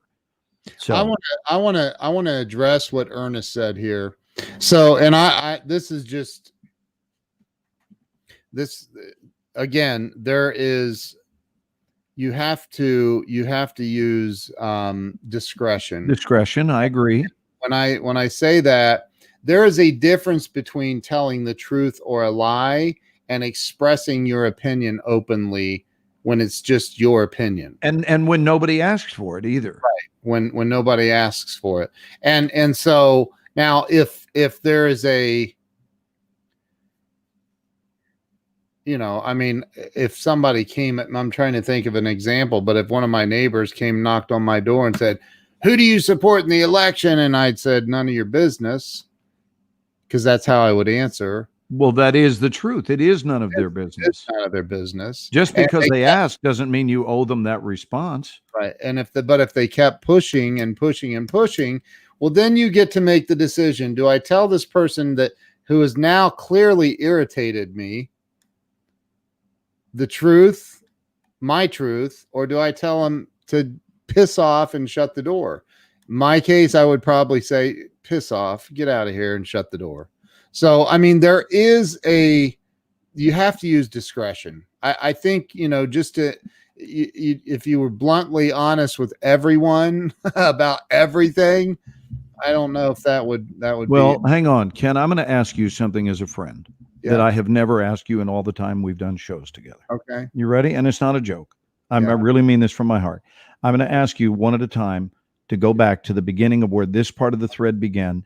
And can you give everyone credit by highlighting what they wrote? Because I'm looking, and there are some incredible things that are worth talking about, because this to me is possibly the most tender area of life that I talk a lot about on stage when I'm doing my presentations, my life coaching. And we have an intimate enough group here who clearly want to talk about this. And I want to give them their day here. I want to give them their moment, and we can go over what they said. Where do you want me to start? Well, just scroll back to where people are expressing their opinions about how we go into sacrifice and lie, because somewhere along the line there is an insistence upon a prominent figure where we keep the peace by lying. But the problem is not that. The problem is the price we pay for keeping the peace, which is a violation of our own code of ethics. And finally, we're the one who catches the brunt of it. Okay, would you read these out loud? Or I will. I'd love to hear you read them. Go ahead. Well, there was one before it that I didn't catch. I think it was Sylvia Wallace. Yeah, that's when lying is a good plan, so no hurt feelings. That's probably relative to the Jeff Foxworthy comment. Yeah. Yeah, never ask your partner if you look fat in this, right? Yeah. Yeah, so you're setting yourself up for trouble when you say that. Yeah, women that do that, don't set yourself up. This is where Juliana said, is it Juliana or Anna? Juliana, she's referring to my straightforwardness in my directing class, scenes and so forth.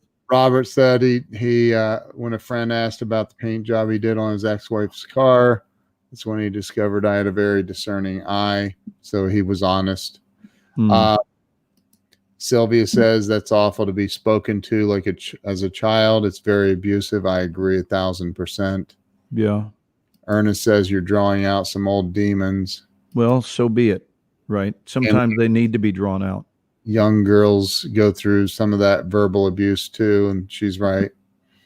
Gabby says it was my way or the highway that I heard growing up. Boy, you're not alone there, sweetheart. I heard that too. I couldn't have opinions. Yeah, so your opinions were not welcomed. The decision not to have children was a fear that I might become my father, and that was the last thing I wanted to do was put anyone through that. This, and I suspected I would have my hands full keeping myself on even keel throughout my life. Wow. I knew this was bringing up things for people, and I want to acknowledge. Wow. My old confessor / rabbi. Wow. Nate says, check out my amazing product, you impulsive buyers. It's free. You only have to pay shipping $7. Here, let me order it for you. Give me all your personal information. I will go on what? DHgate? What is that? I don't know. And get it for 27 cents with free shipping via e-packet and steal your money. True lies. Yeah, there's scams all over the internet for sure. For sure. Can I please see each one if you don't mind? Love this story when a single idea or decision turns into something great like your show. Awesome. Nice. I would call that fibbing to make others feel at ease.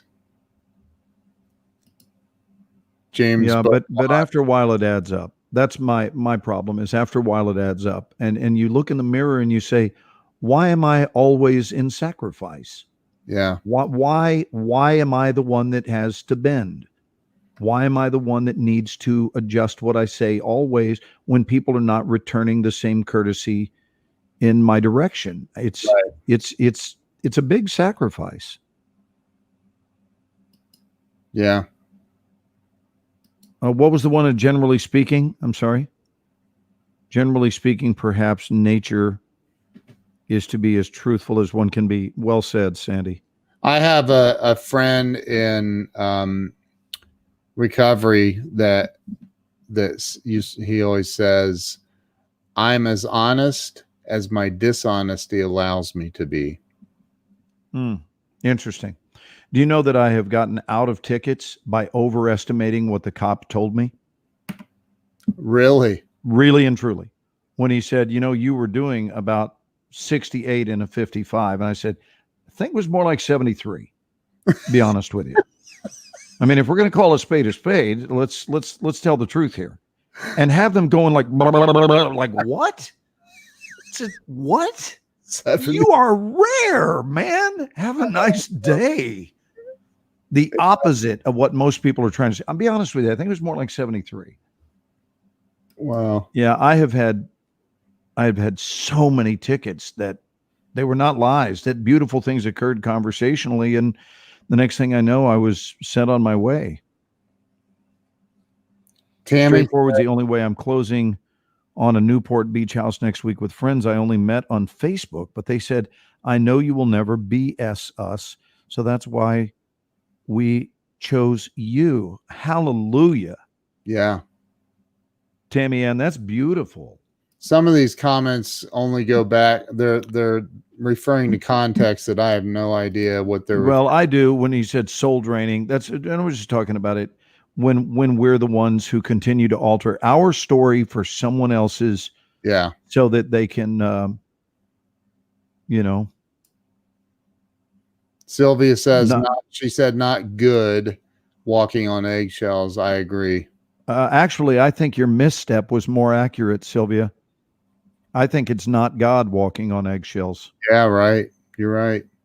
I think your misstep was more accurate. And I agree with you. It's not good, and it's also not God. Gabby said she flipped the script a couple of weeks ago on her daughter, and she wasn't happy. Yeah, well. How about this one? Yep. What happens in this house stays in this house mentally. Can you say more on that, Kelly? Is that how you pronounce it, Kelly? I grew up in a house. Yeah, Kelly. I grew up in a house like that. What happens in this house stays in this house. Meaning that you're never allowed to share the horror. Yep. Right.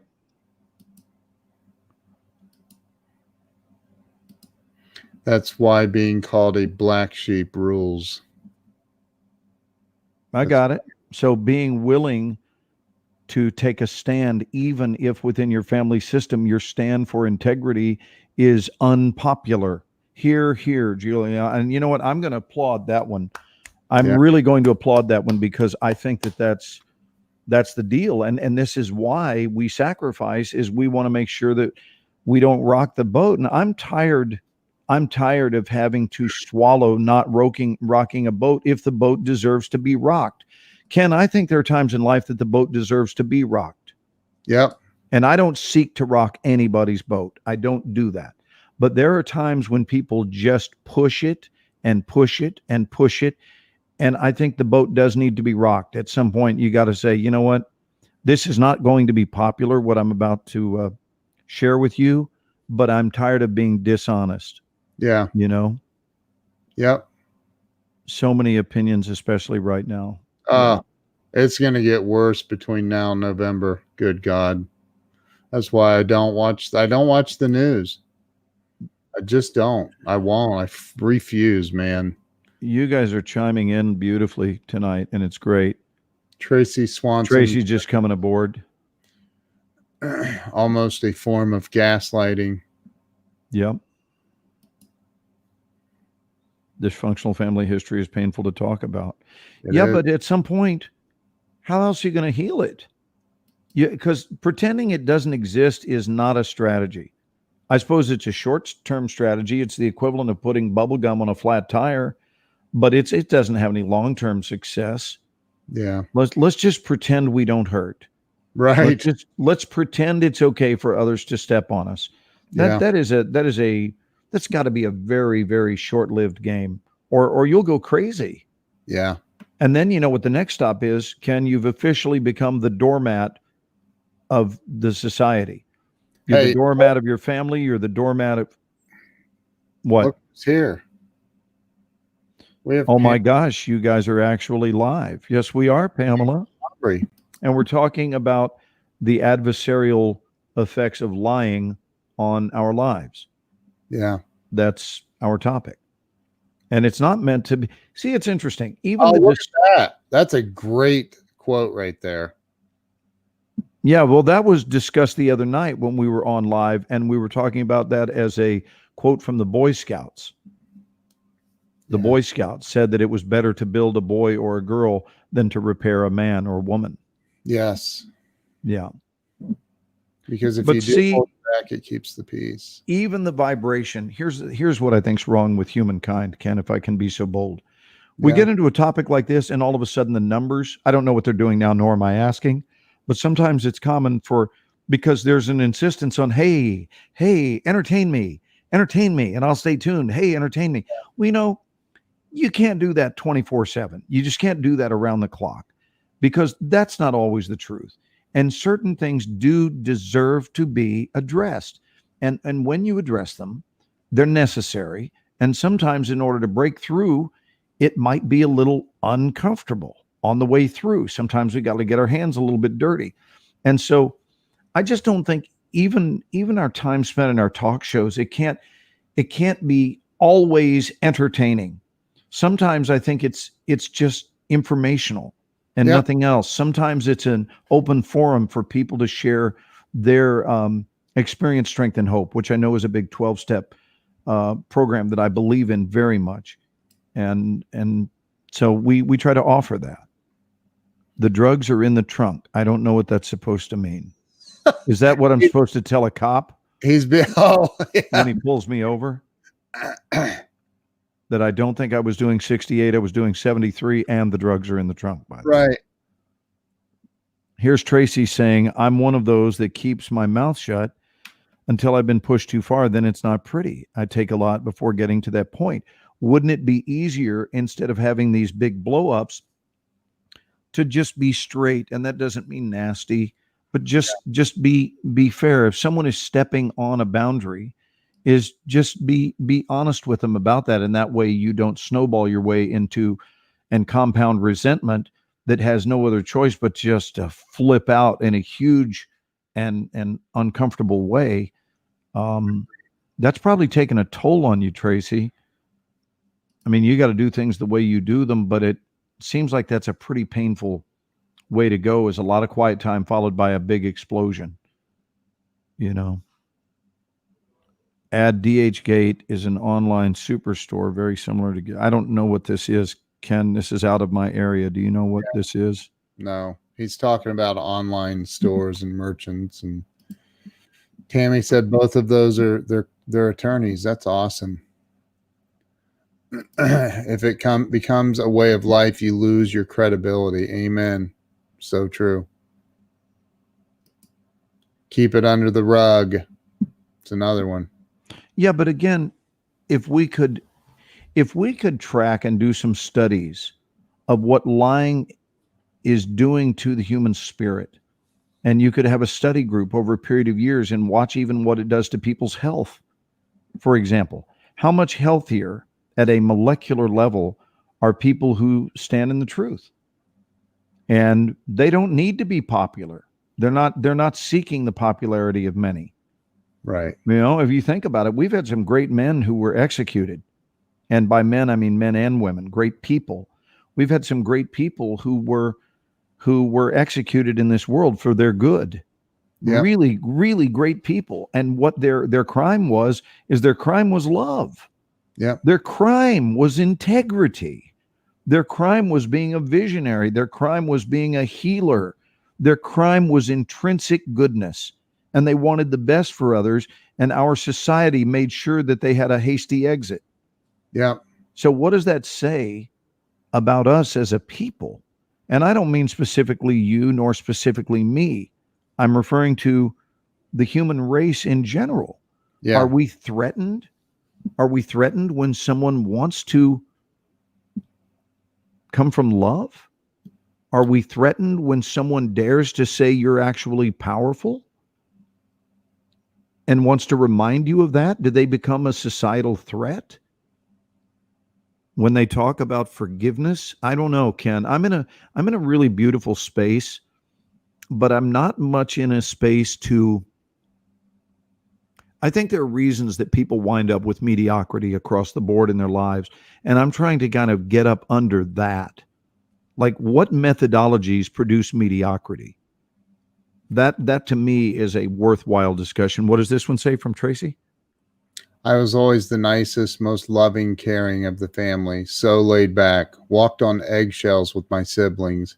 After my son passed, I was not myself. I turned into a monster for 2 years. All the years of being the doormat were over. And that's exactly what you were just saying. Like, when you are denying your own truth, it builds up. Mm-hmm. It literally builds up, and in time you can become a time bomb. Like, I've been there personally. I've been there. George Carlin was brilliant at daily life. I'm agreeing with that statement. I had the pleasure of knowing George personally and spent some time with him in the last 5 years of his life.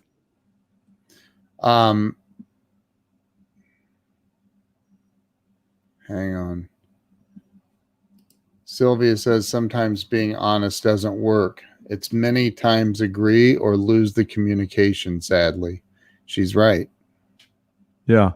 In some cases. Juliana says maybe it's denying to love yourself, therefore you fear the acceptance of love from others. Right. I want to go back to Sylvia's comment and ask Sylvia this question. Sylvia, if it requires, though, if it requires that you alter your story constantly or your honesty in order to preserve the relationship, after a while, I think the question becomes, is that relationship worth preserving? Right. And I'm not saying there's a right or wrong answer. I'm saying that the question deserves to be answered, because that seems to be the question at hand is it worth the price I'm paying? Because that's what it all comes down to. Is it worth the price I'm paying? And many times the answer is yes. But if it's not, you're going to feel violated for sure. I also think that we have to, the reality is, for many years, I lived in denial, and denial was an acronym which I heard in recovery. It's an acronym for don't even notice I am lying. And so it in when you go into really digging deep into cleaning your side of the street. And this is what I found for me in my life with over 18 years sober now, and with a lot of recovery in there too. And what I found for me is when I'm in a situation where it's like that, what is my part in any situation where there's lying involved, or how do I own my part first? Because there's always two sides to the coin. How do I own my part first? How do I clean up my side of that street? And then confront the person that's lying, or whatever the situation is. And if you can't handle it, then you 1000% have to disconnect from it. Right. You have to walk away, because it will make you stark raving freaking mad if you don't. You can't live in that. I want to throw a question at you, Ken. And of course, obviously, since we're doing a show about it, to everyone, but I'm asking you personally, have you ever had the following scenario? Because I have. Have you ever had a situation with a person where they were lying? Now listen to me, and will you give me some eye contact for this? You ready? They were lying, not you think they were. Yes. They were. Yeah. Now let's take it a step further. They knew they were lying. Yeah. You knew they were lying. And the worst, they knew that you knew that they were lying and still did it anyway. Yeah. That is the most bizarre behavior I've ever seen, and I've seen it firsthand. Yeah. I've done it. I mean, where does that come from? I'm not proud of that, but I've done it, man. And it's, when I was a raging alcoholic, dude, I mean, I had 2 DUIs. I had one time a state trooper tapping on my window with his nightstick thing, waking me up because I had driven down an embankment to a ditch, right? Into a cornfield. Right. And he's like, how much have you had to drink? I haven't had anything to drink. What are you talking about? He goes, well, besides the fact that you reek of alcohol and your car is in a cornfield, how much have you had to drink? And I mean, I literally, I don't even know, an hour. I was like, dude, what are you? I haven't, nothing. I've had nothing to drink, and I hung on to that. So it was, look, all lies are based in fear, man. And in the book,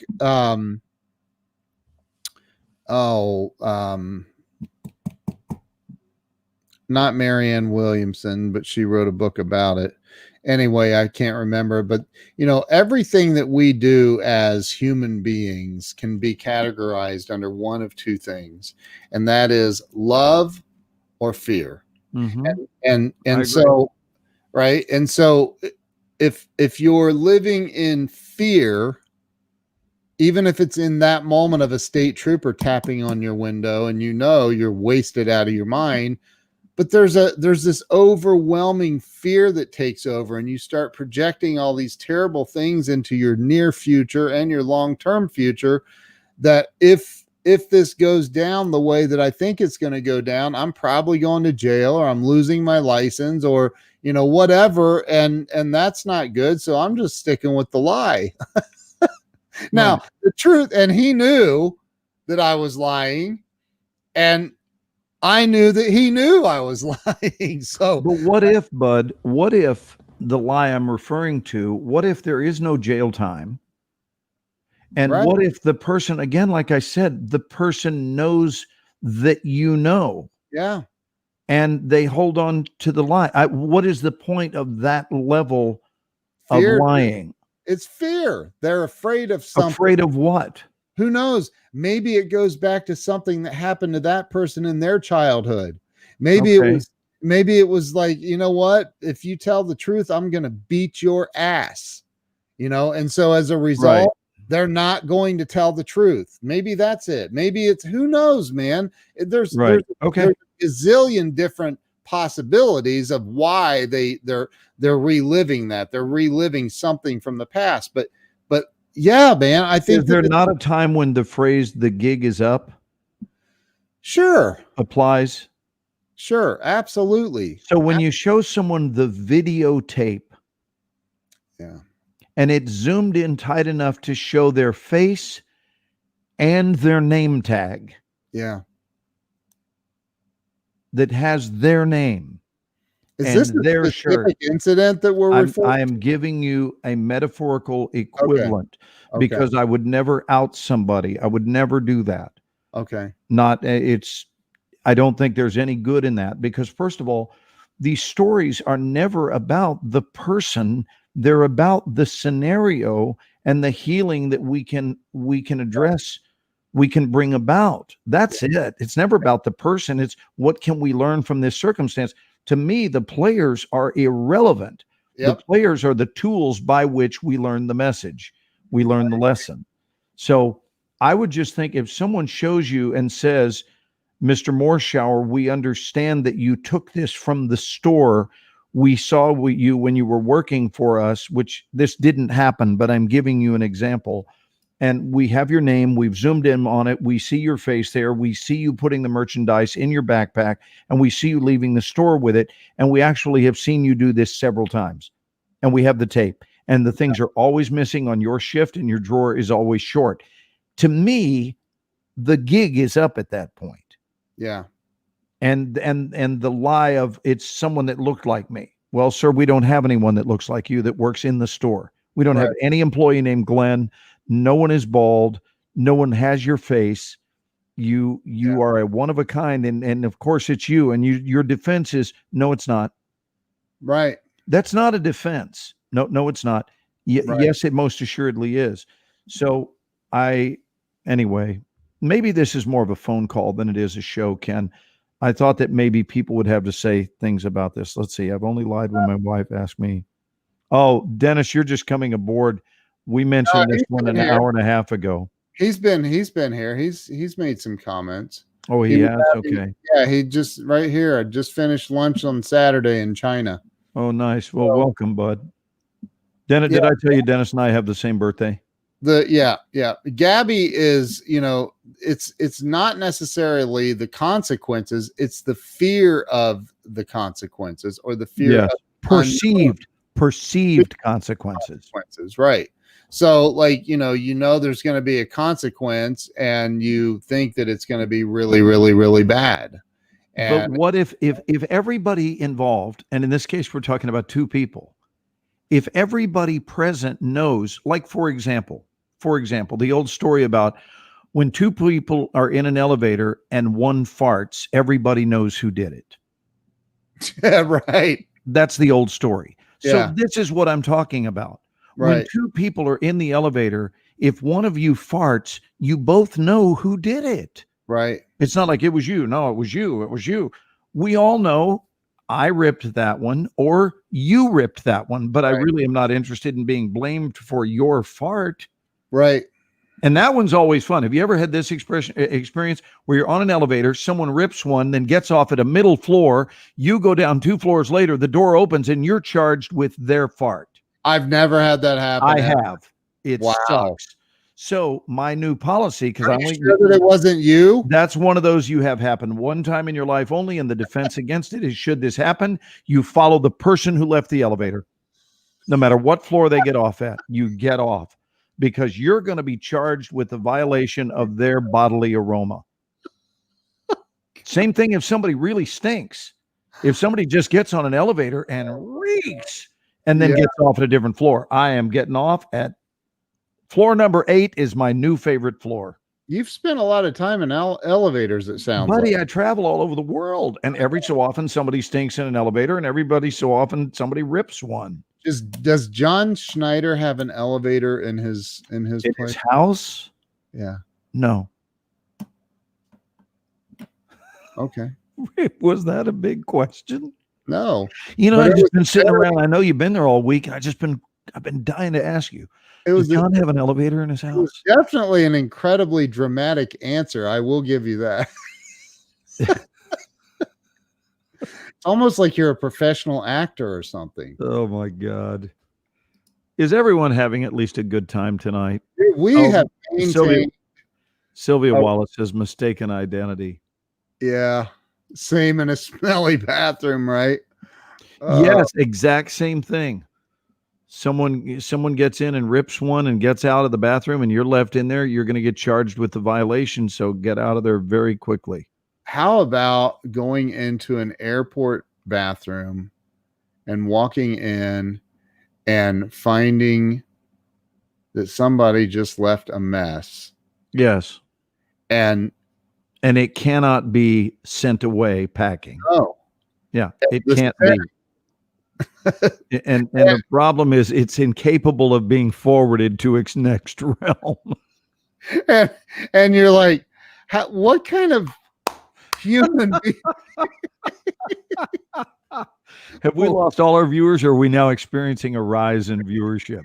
I think we deserve a rise, because this is funny. This is funny. Look at Dave. Dave says, great. Yeah, John Schneider, Dukes of Hazzard, Bo Duke. Glenn is hanging out with Bo all week. Yeah, I'm actually here in his place right now at the production office on his property. But John and I are doing a lot of cool work in this movie. I got to tell you, it's really, really special. It's going to be a great movie. I think it'll be really solid. I mean, you don't know those things. You feel good when you're shooting them, but you never know until the final cut whether or not certain things play. And you're also not there for every frame of filming. What I've seen filmed has been beautiful. Nate said that mess provides jobs. What? Oh, yeah. The bathrooms. Yes, that's funny. Hey, did I tell you I had a first the same day I drank my own urine? 1 week ago today. Do you know that same day? There are people watching that have no idea what that is. And when that's said out of context, it sounds really sick, as though periodically it's just something Glenn does. Normally he prefers iced tea, but from time to time. So what happened? I didn't even tell you this, dude, but like 3 hours later, I'm down in Baton Rouge, and I go inside this place to get something to eat. And this sign was posted in a deceptive way for the men's bathroom. And I went in and sat down and relieved myself. I did my business because I'd been on the road all day. Yeah. And I got up and washed my hands and had gone through every ritual there is when I realized that I did the entire thing in the woman's restroom, and a woman walked right in. And she just looked at me, and it was not even a big deal. I just looked up, and in the most innocent way, I just went, I believe I'm in the wrong restroom. And I hoped like hell she wasn't a 24 fan, because she would have thought it was really bizarre. It was harmless. I just went, I believe I'm in the wrong restroom.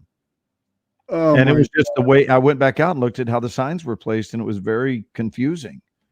So Sandy said, thanks. I would be watching Undercover Boss if it weren't for us, I guess. Oh, if it weren't for us? Oh, look at this. Tracy's a huge fan of John's. Look at this. Did you see her comment? She said, can I meet him? Coot, coot, Hot Pursuit. It was her son's favorite show. Well, I think you should show at least 60 seconds of the other night. Let's do it. Tracy, hang on. I'll pull it up. You talk to him for a minute. I'll be right. So here's the deal. On Sunday evening, we started filming this movie last Sunday.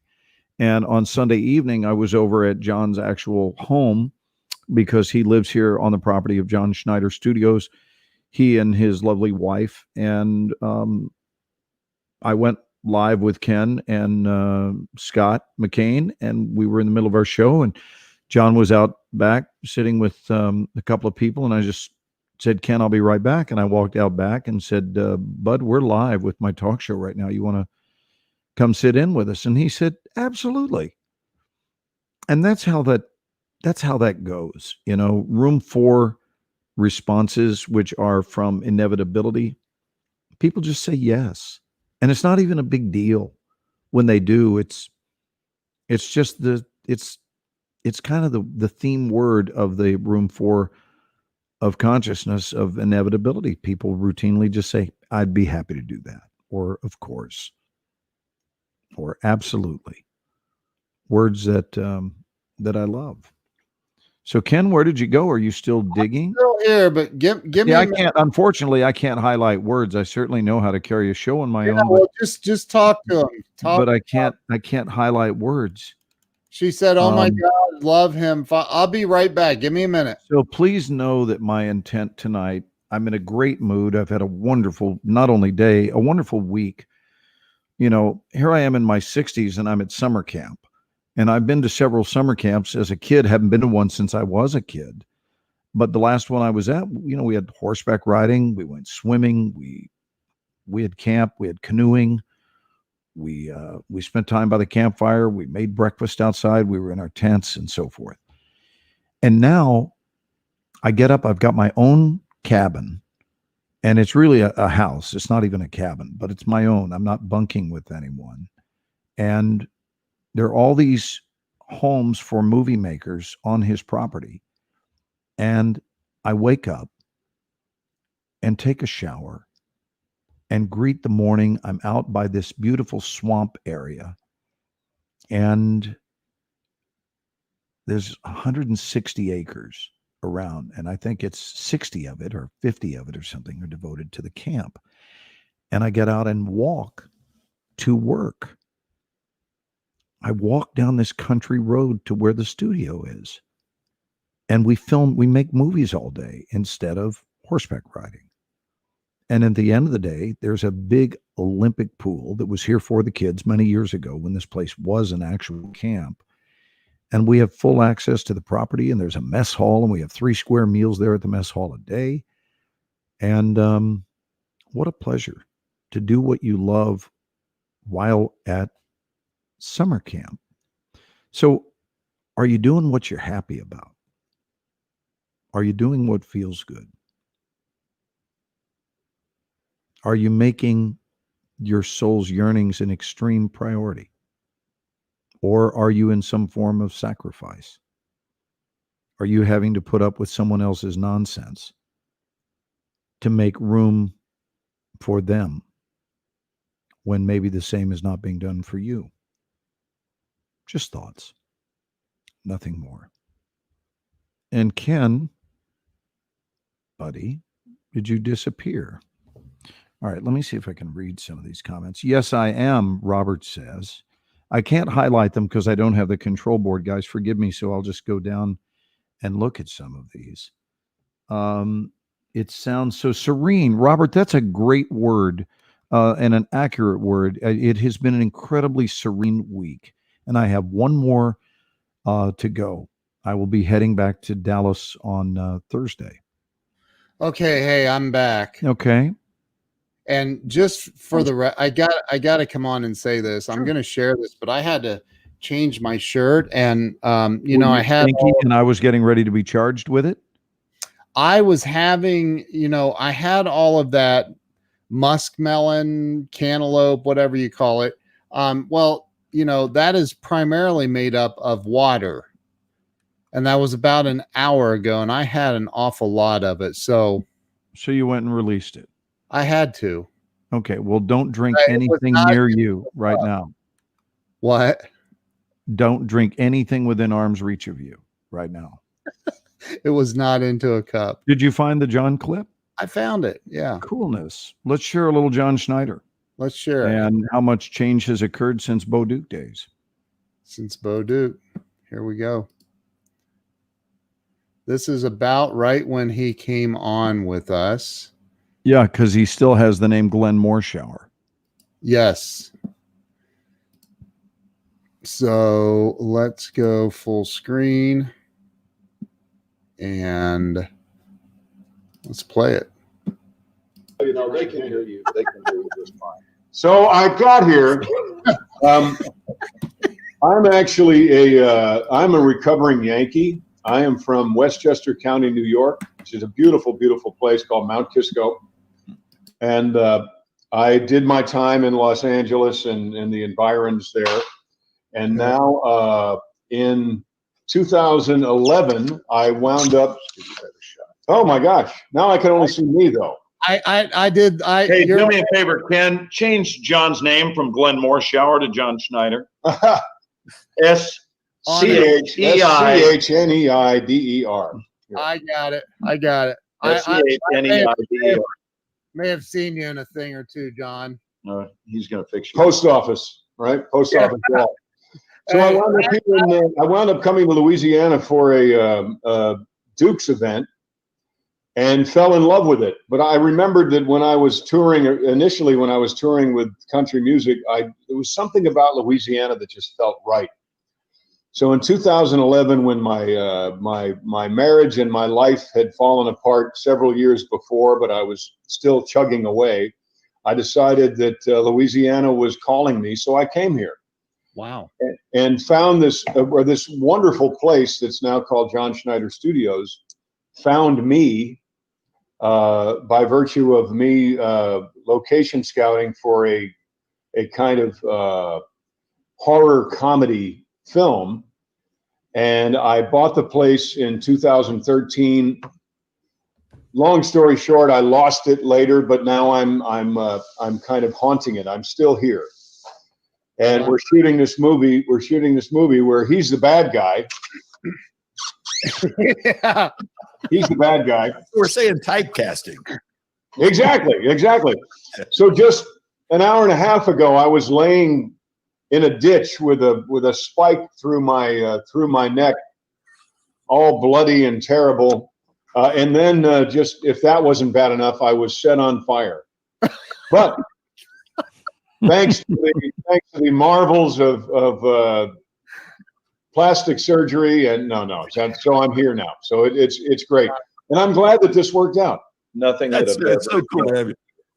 Yeah, it's so cool. John, before you came on, I mentioned I used to live in Westlake Village, California. Oh, there you go. And I used to see you in Marmalade Cafe occasionally. Oh, I love that place. Well, I never introduced myself, never met you, but I noticed you were always so great to the people that worked there. And later people would say he's our favorite customer. And it always struck me because I think you can tell a lot about somebody by how they treat when nobody's looking or it's great to hear. That's great to hear. Because my theory is that one of these days you'll be gone and someone will run into one of your children and they'll say, "Hey, I met your dad." Yeah. And whatever they say after that is up to you now. Wow. Right? Right on. That's good, Keno. Kind of important. Now, I've not always gotten a good report. I'll have to tell you that. Yes.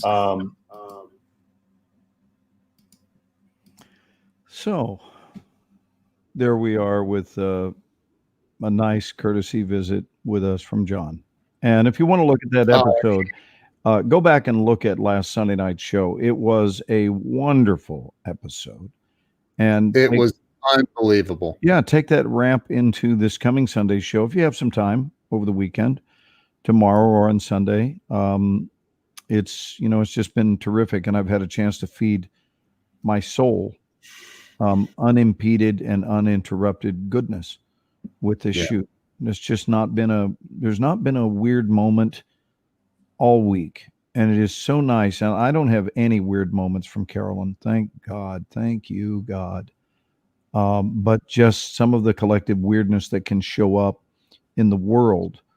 I'm grateful that I don't have that in my home life, but to be around others, and it's actually been cool to be at summer camp this week, and to have one more week before I go back is really nice. Tracy says, send John your love and appreciation for years of memories with my son. Oh, wow, Tracy, your son that passed away. Yeah, I guess you're referring to, and I'm so sorry for your loss. That's certainly one of the biggest, if not the biggest in life, as a parent losing a child. But we're grateful for you, dear, and we're grateful that you are here and alive, and hopefully beginning to thrive again, and not just live, and certainly not just exist, but to be able to return to something that feels upbeat once again, and that you're excited about. What does Dave say? I interviewed John. Oh, yeah. Nice. That's awesome. Nice, Dave. Well, we have a lot. You're welcome, sweetheart. We have a lot. And it's John and I working alone tomorrow. So our whole day is banging out scenes in this movie. I think it's the only day where just the two of us do scenes together. So I thought is it tomorrow or Sunday? No, tomorrow. Oh, meaning later. Well, it's 1:00 in the morning. We're not getting, I told you I have a late call. I don't go to work till 1:30 tomorrow afternoon. We're going to shoot on into the evenings. They're letting us sleep in because we're working on a soundstage. So tomorrow's one of those days where we're not sunlight dependent, and they have built a mine shaft. They built a mine shaft indoors on a soundstage. So we're supposed to be underground, but we're actually above ground on a soundstage. And then I will have 3 days. I'll have 1 day off to myself, and then 2 days where I'll be teaching from here, my class. And then I wrap the film on Wednesday, and I'll drop back on Thursday. I am about ready to say goodnight, though, my dear friend. I'm way ready. Well, it's late where you are. It's 2:12. And we love you guys. Thanks for staying up. Yeah. It's the late shift. Dude, where's Robert? Where's Robert based? I know he's in Canada. Is he in Eastern Canada? He's in Toronto. Yeah, so he's at 2:13 in the morning. Wow. She said I'll be in Southern Cal. They're not in Southern Cal. They're in Louisiana at John's place. Yeah, we're not in Los Angeles. We're halfway between Baton Rouge and New Orleans right now. Yeah. I got to go, Keno. I love you dearly. As always, it's always a pleasure hanging with you. Don't hang up on me yet. Don't hang up. And our team, we thank you guys for being our regulars. We love you. We appreciate you. Love all of you. Thank you guys for sharing the love, the everything. You guys are amazing, for real. So thank you. See you guys I'll see you before Sunday, but peace. And I'm working all day and night, so I will not, but I'll see you guys on Sunday evening. And are we going to get John Schneider back on the show again, you think? I don't know. I mean, at some point I'm sure we will, but I don't know if he'll be free Sunday. He's getting ready to go on the road. Let me give John a little plug. I'm assuming that he probably has John Schneider. Can you look this up, Ken? Can you look and see if he has johnschneider.com? Yeah, he probably does. And look up and see, and let's do a little plug for John right here. It's johnschneiderstudios.com. Okay. So, but I don't know if the studios would advertise this, because I'm looking for something that's his career and not the studio. Yes, they are. Okay. Well, then let me ask this. Do they talk about his upcoming schedule as an artist? Yes, they do. Okay. So I know he's performing in Oklahoma, and I think maybe that's Friday night. But it could be Thursday night. And then he's going to Colorado, where he performs 2 concerts on Saturday, the 21st. Yeah. And I want to plug all 3 shows for him. So can you give us that location? Anyone who's in that part of the country, go say hi to John. August 20th, he'll be in Dunlap, Tennessee. And really? Yeah. Dunlap, Tennessee. And then August 20th. And then he's going to Colorado, right? August 21st. So 2 days back to back. Right. So next one is Dunlap, Tennessee. No, hold on. I'm sorry. No. Oklahoma, right? No, it doesn't say that. It said the next one, it says August 21st is Parker, Colorado. That's Colorado, yes. And then September 20th is Dunlap, Tennessee. Okay, but isn't there an Oklahoma gig? It doesn't say that. Okay, well then he does. He told me, and I'm not sure where it is. So maybe it's a private gig in Oklahoma. Right. Then he does have a concert. Say the name of the town again in Colorado on the 21st. Parker.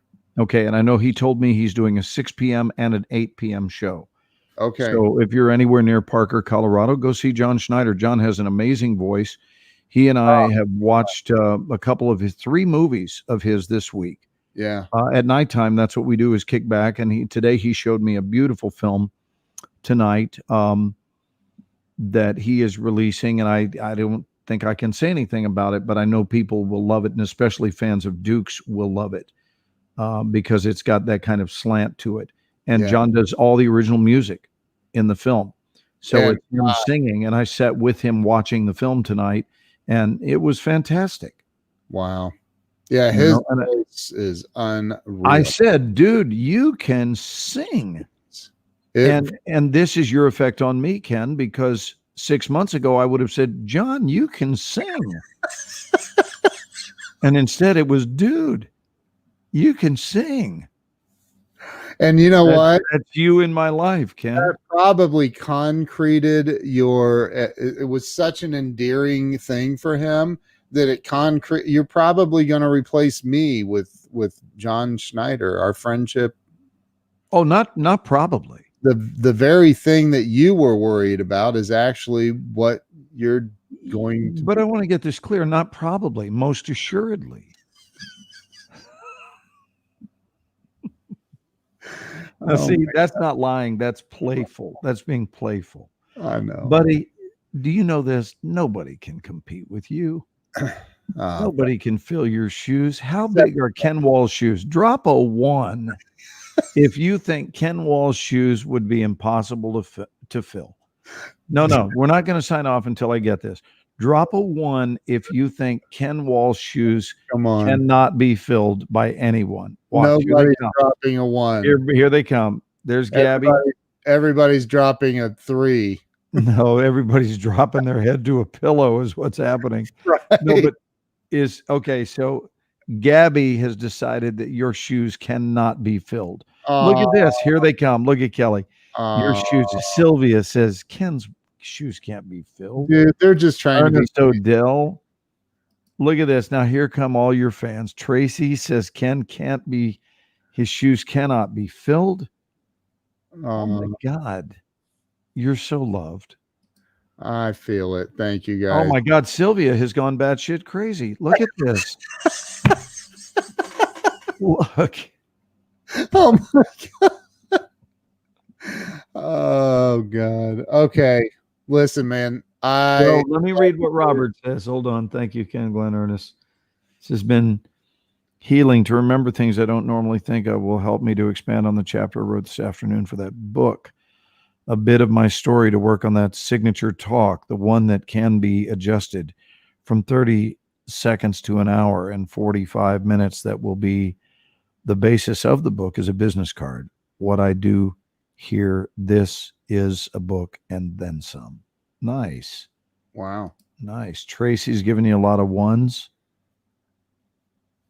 Ken Walls for Prez for years now. Look at there. Wow. There's someone who wants you in the November election, Ken.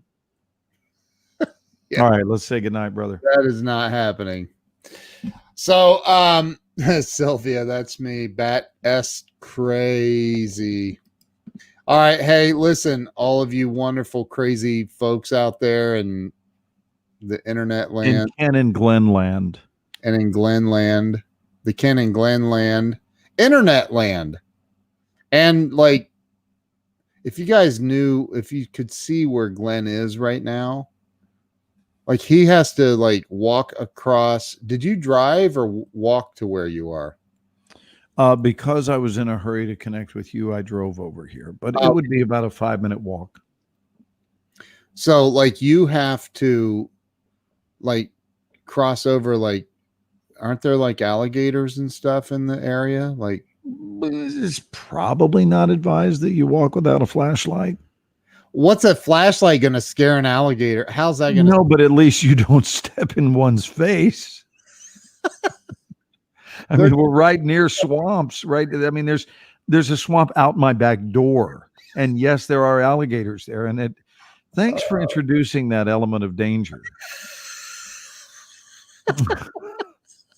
it had been to this point a really peaceful week. Now I'm like, alligators, tigers, and bears. Oh my. It's not enough that I drank my own urine on the way down here. Now I got to look out for alligators while I walk at night. Jeez. Oh my God. Oh my God. Holy crap. I can't. I'm losing it now. All right. Listen, you guys. Oh, you guys have a great night. Thank you all for being here. Love you all. Blessings, guys. Blessings. See you guys.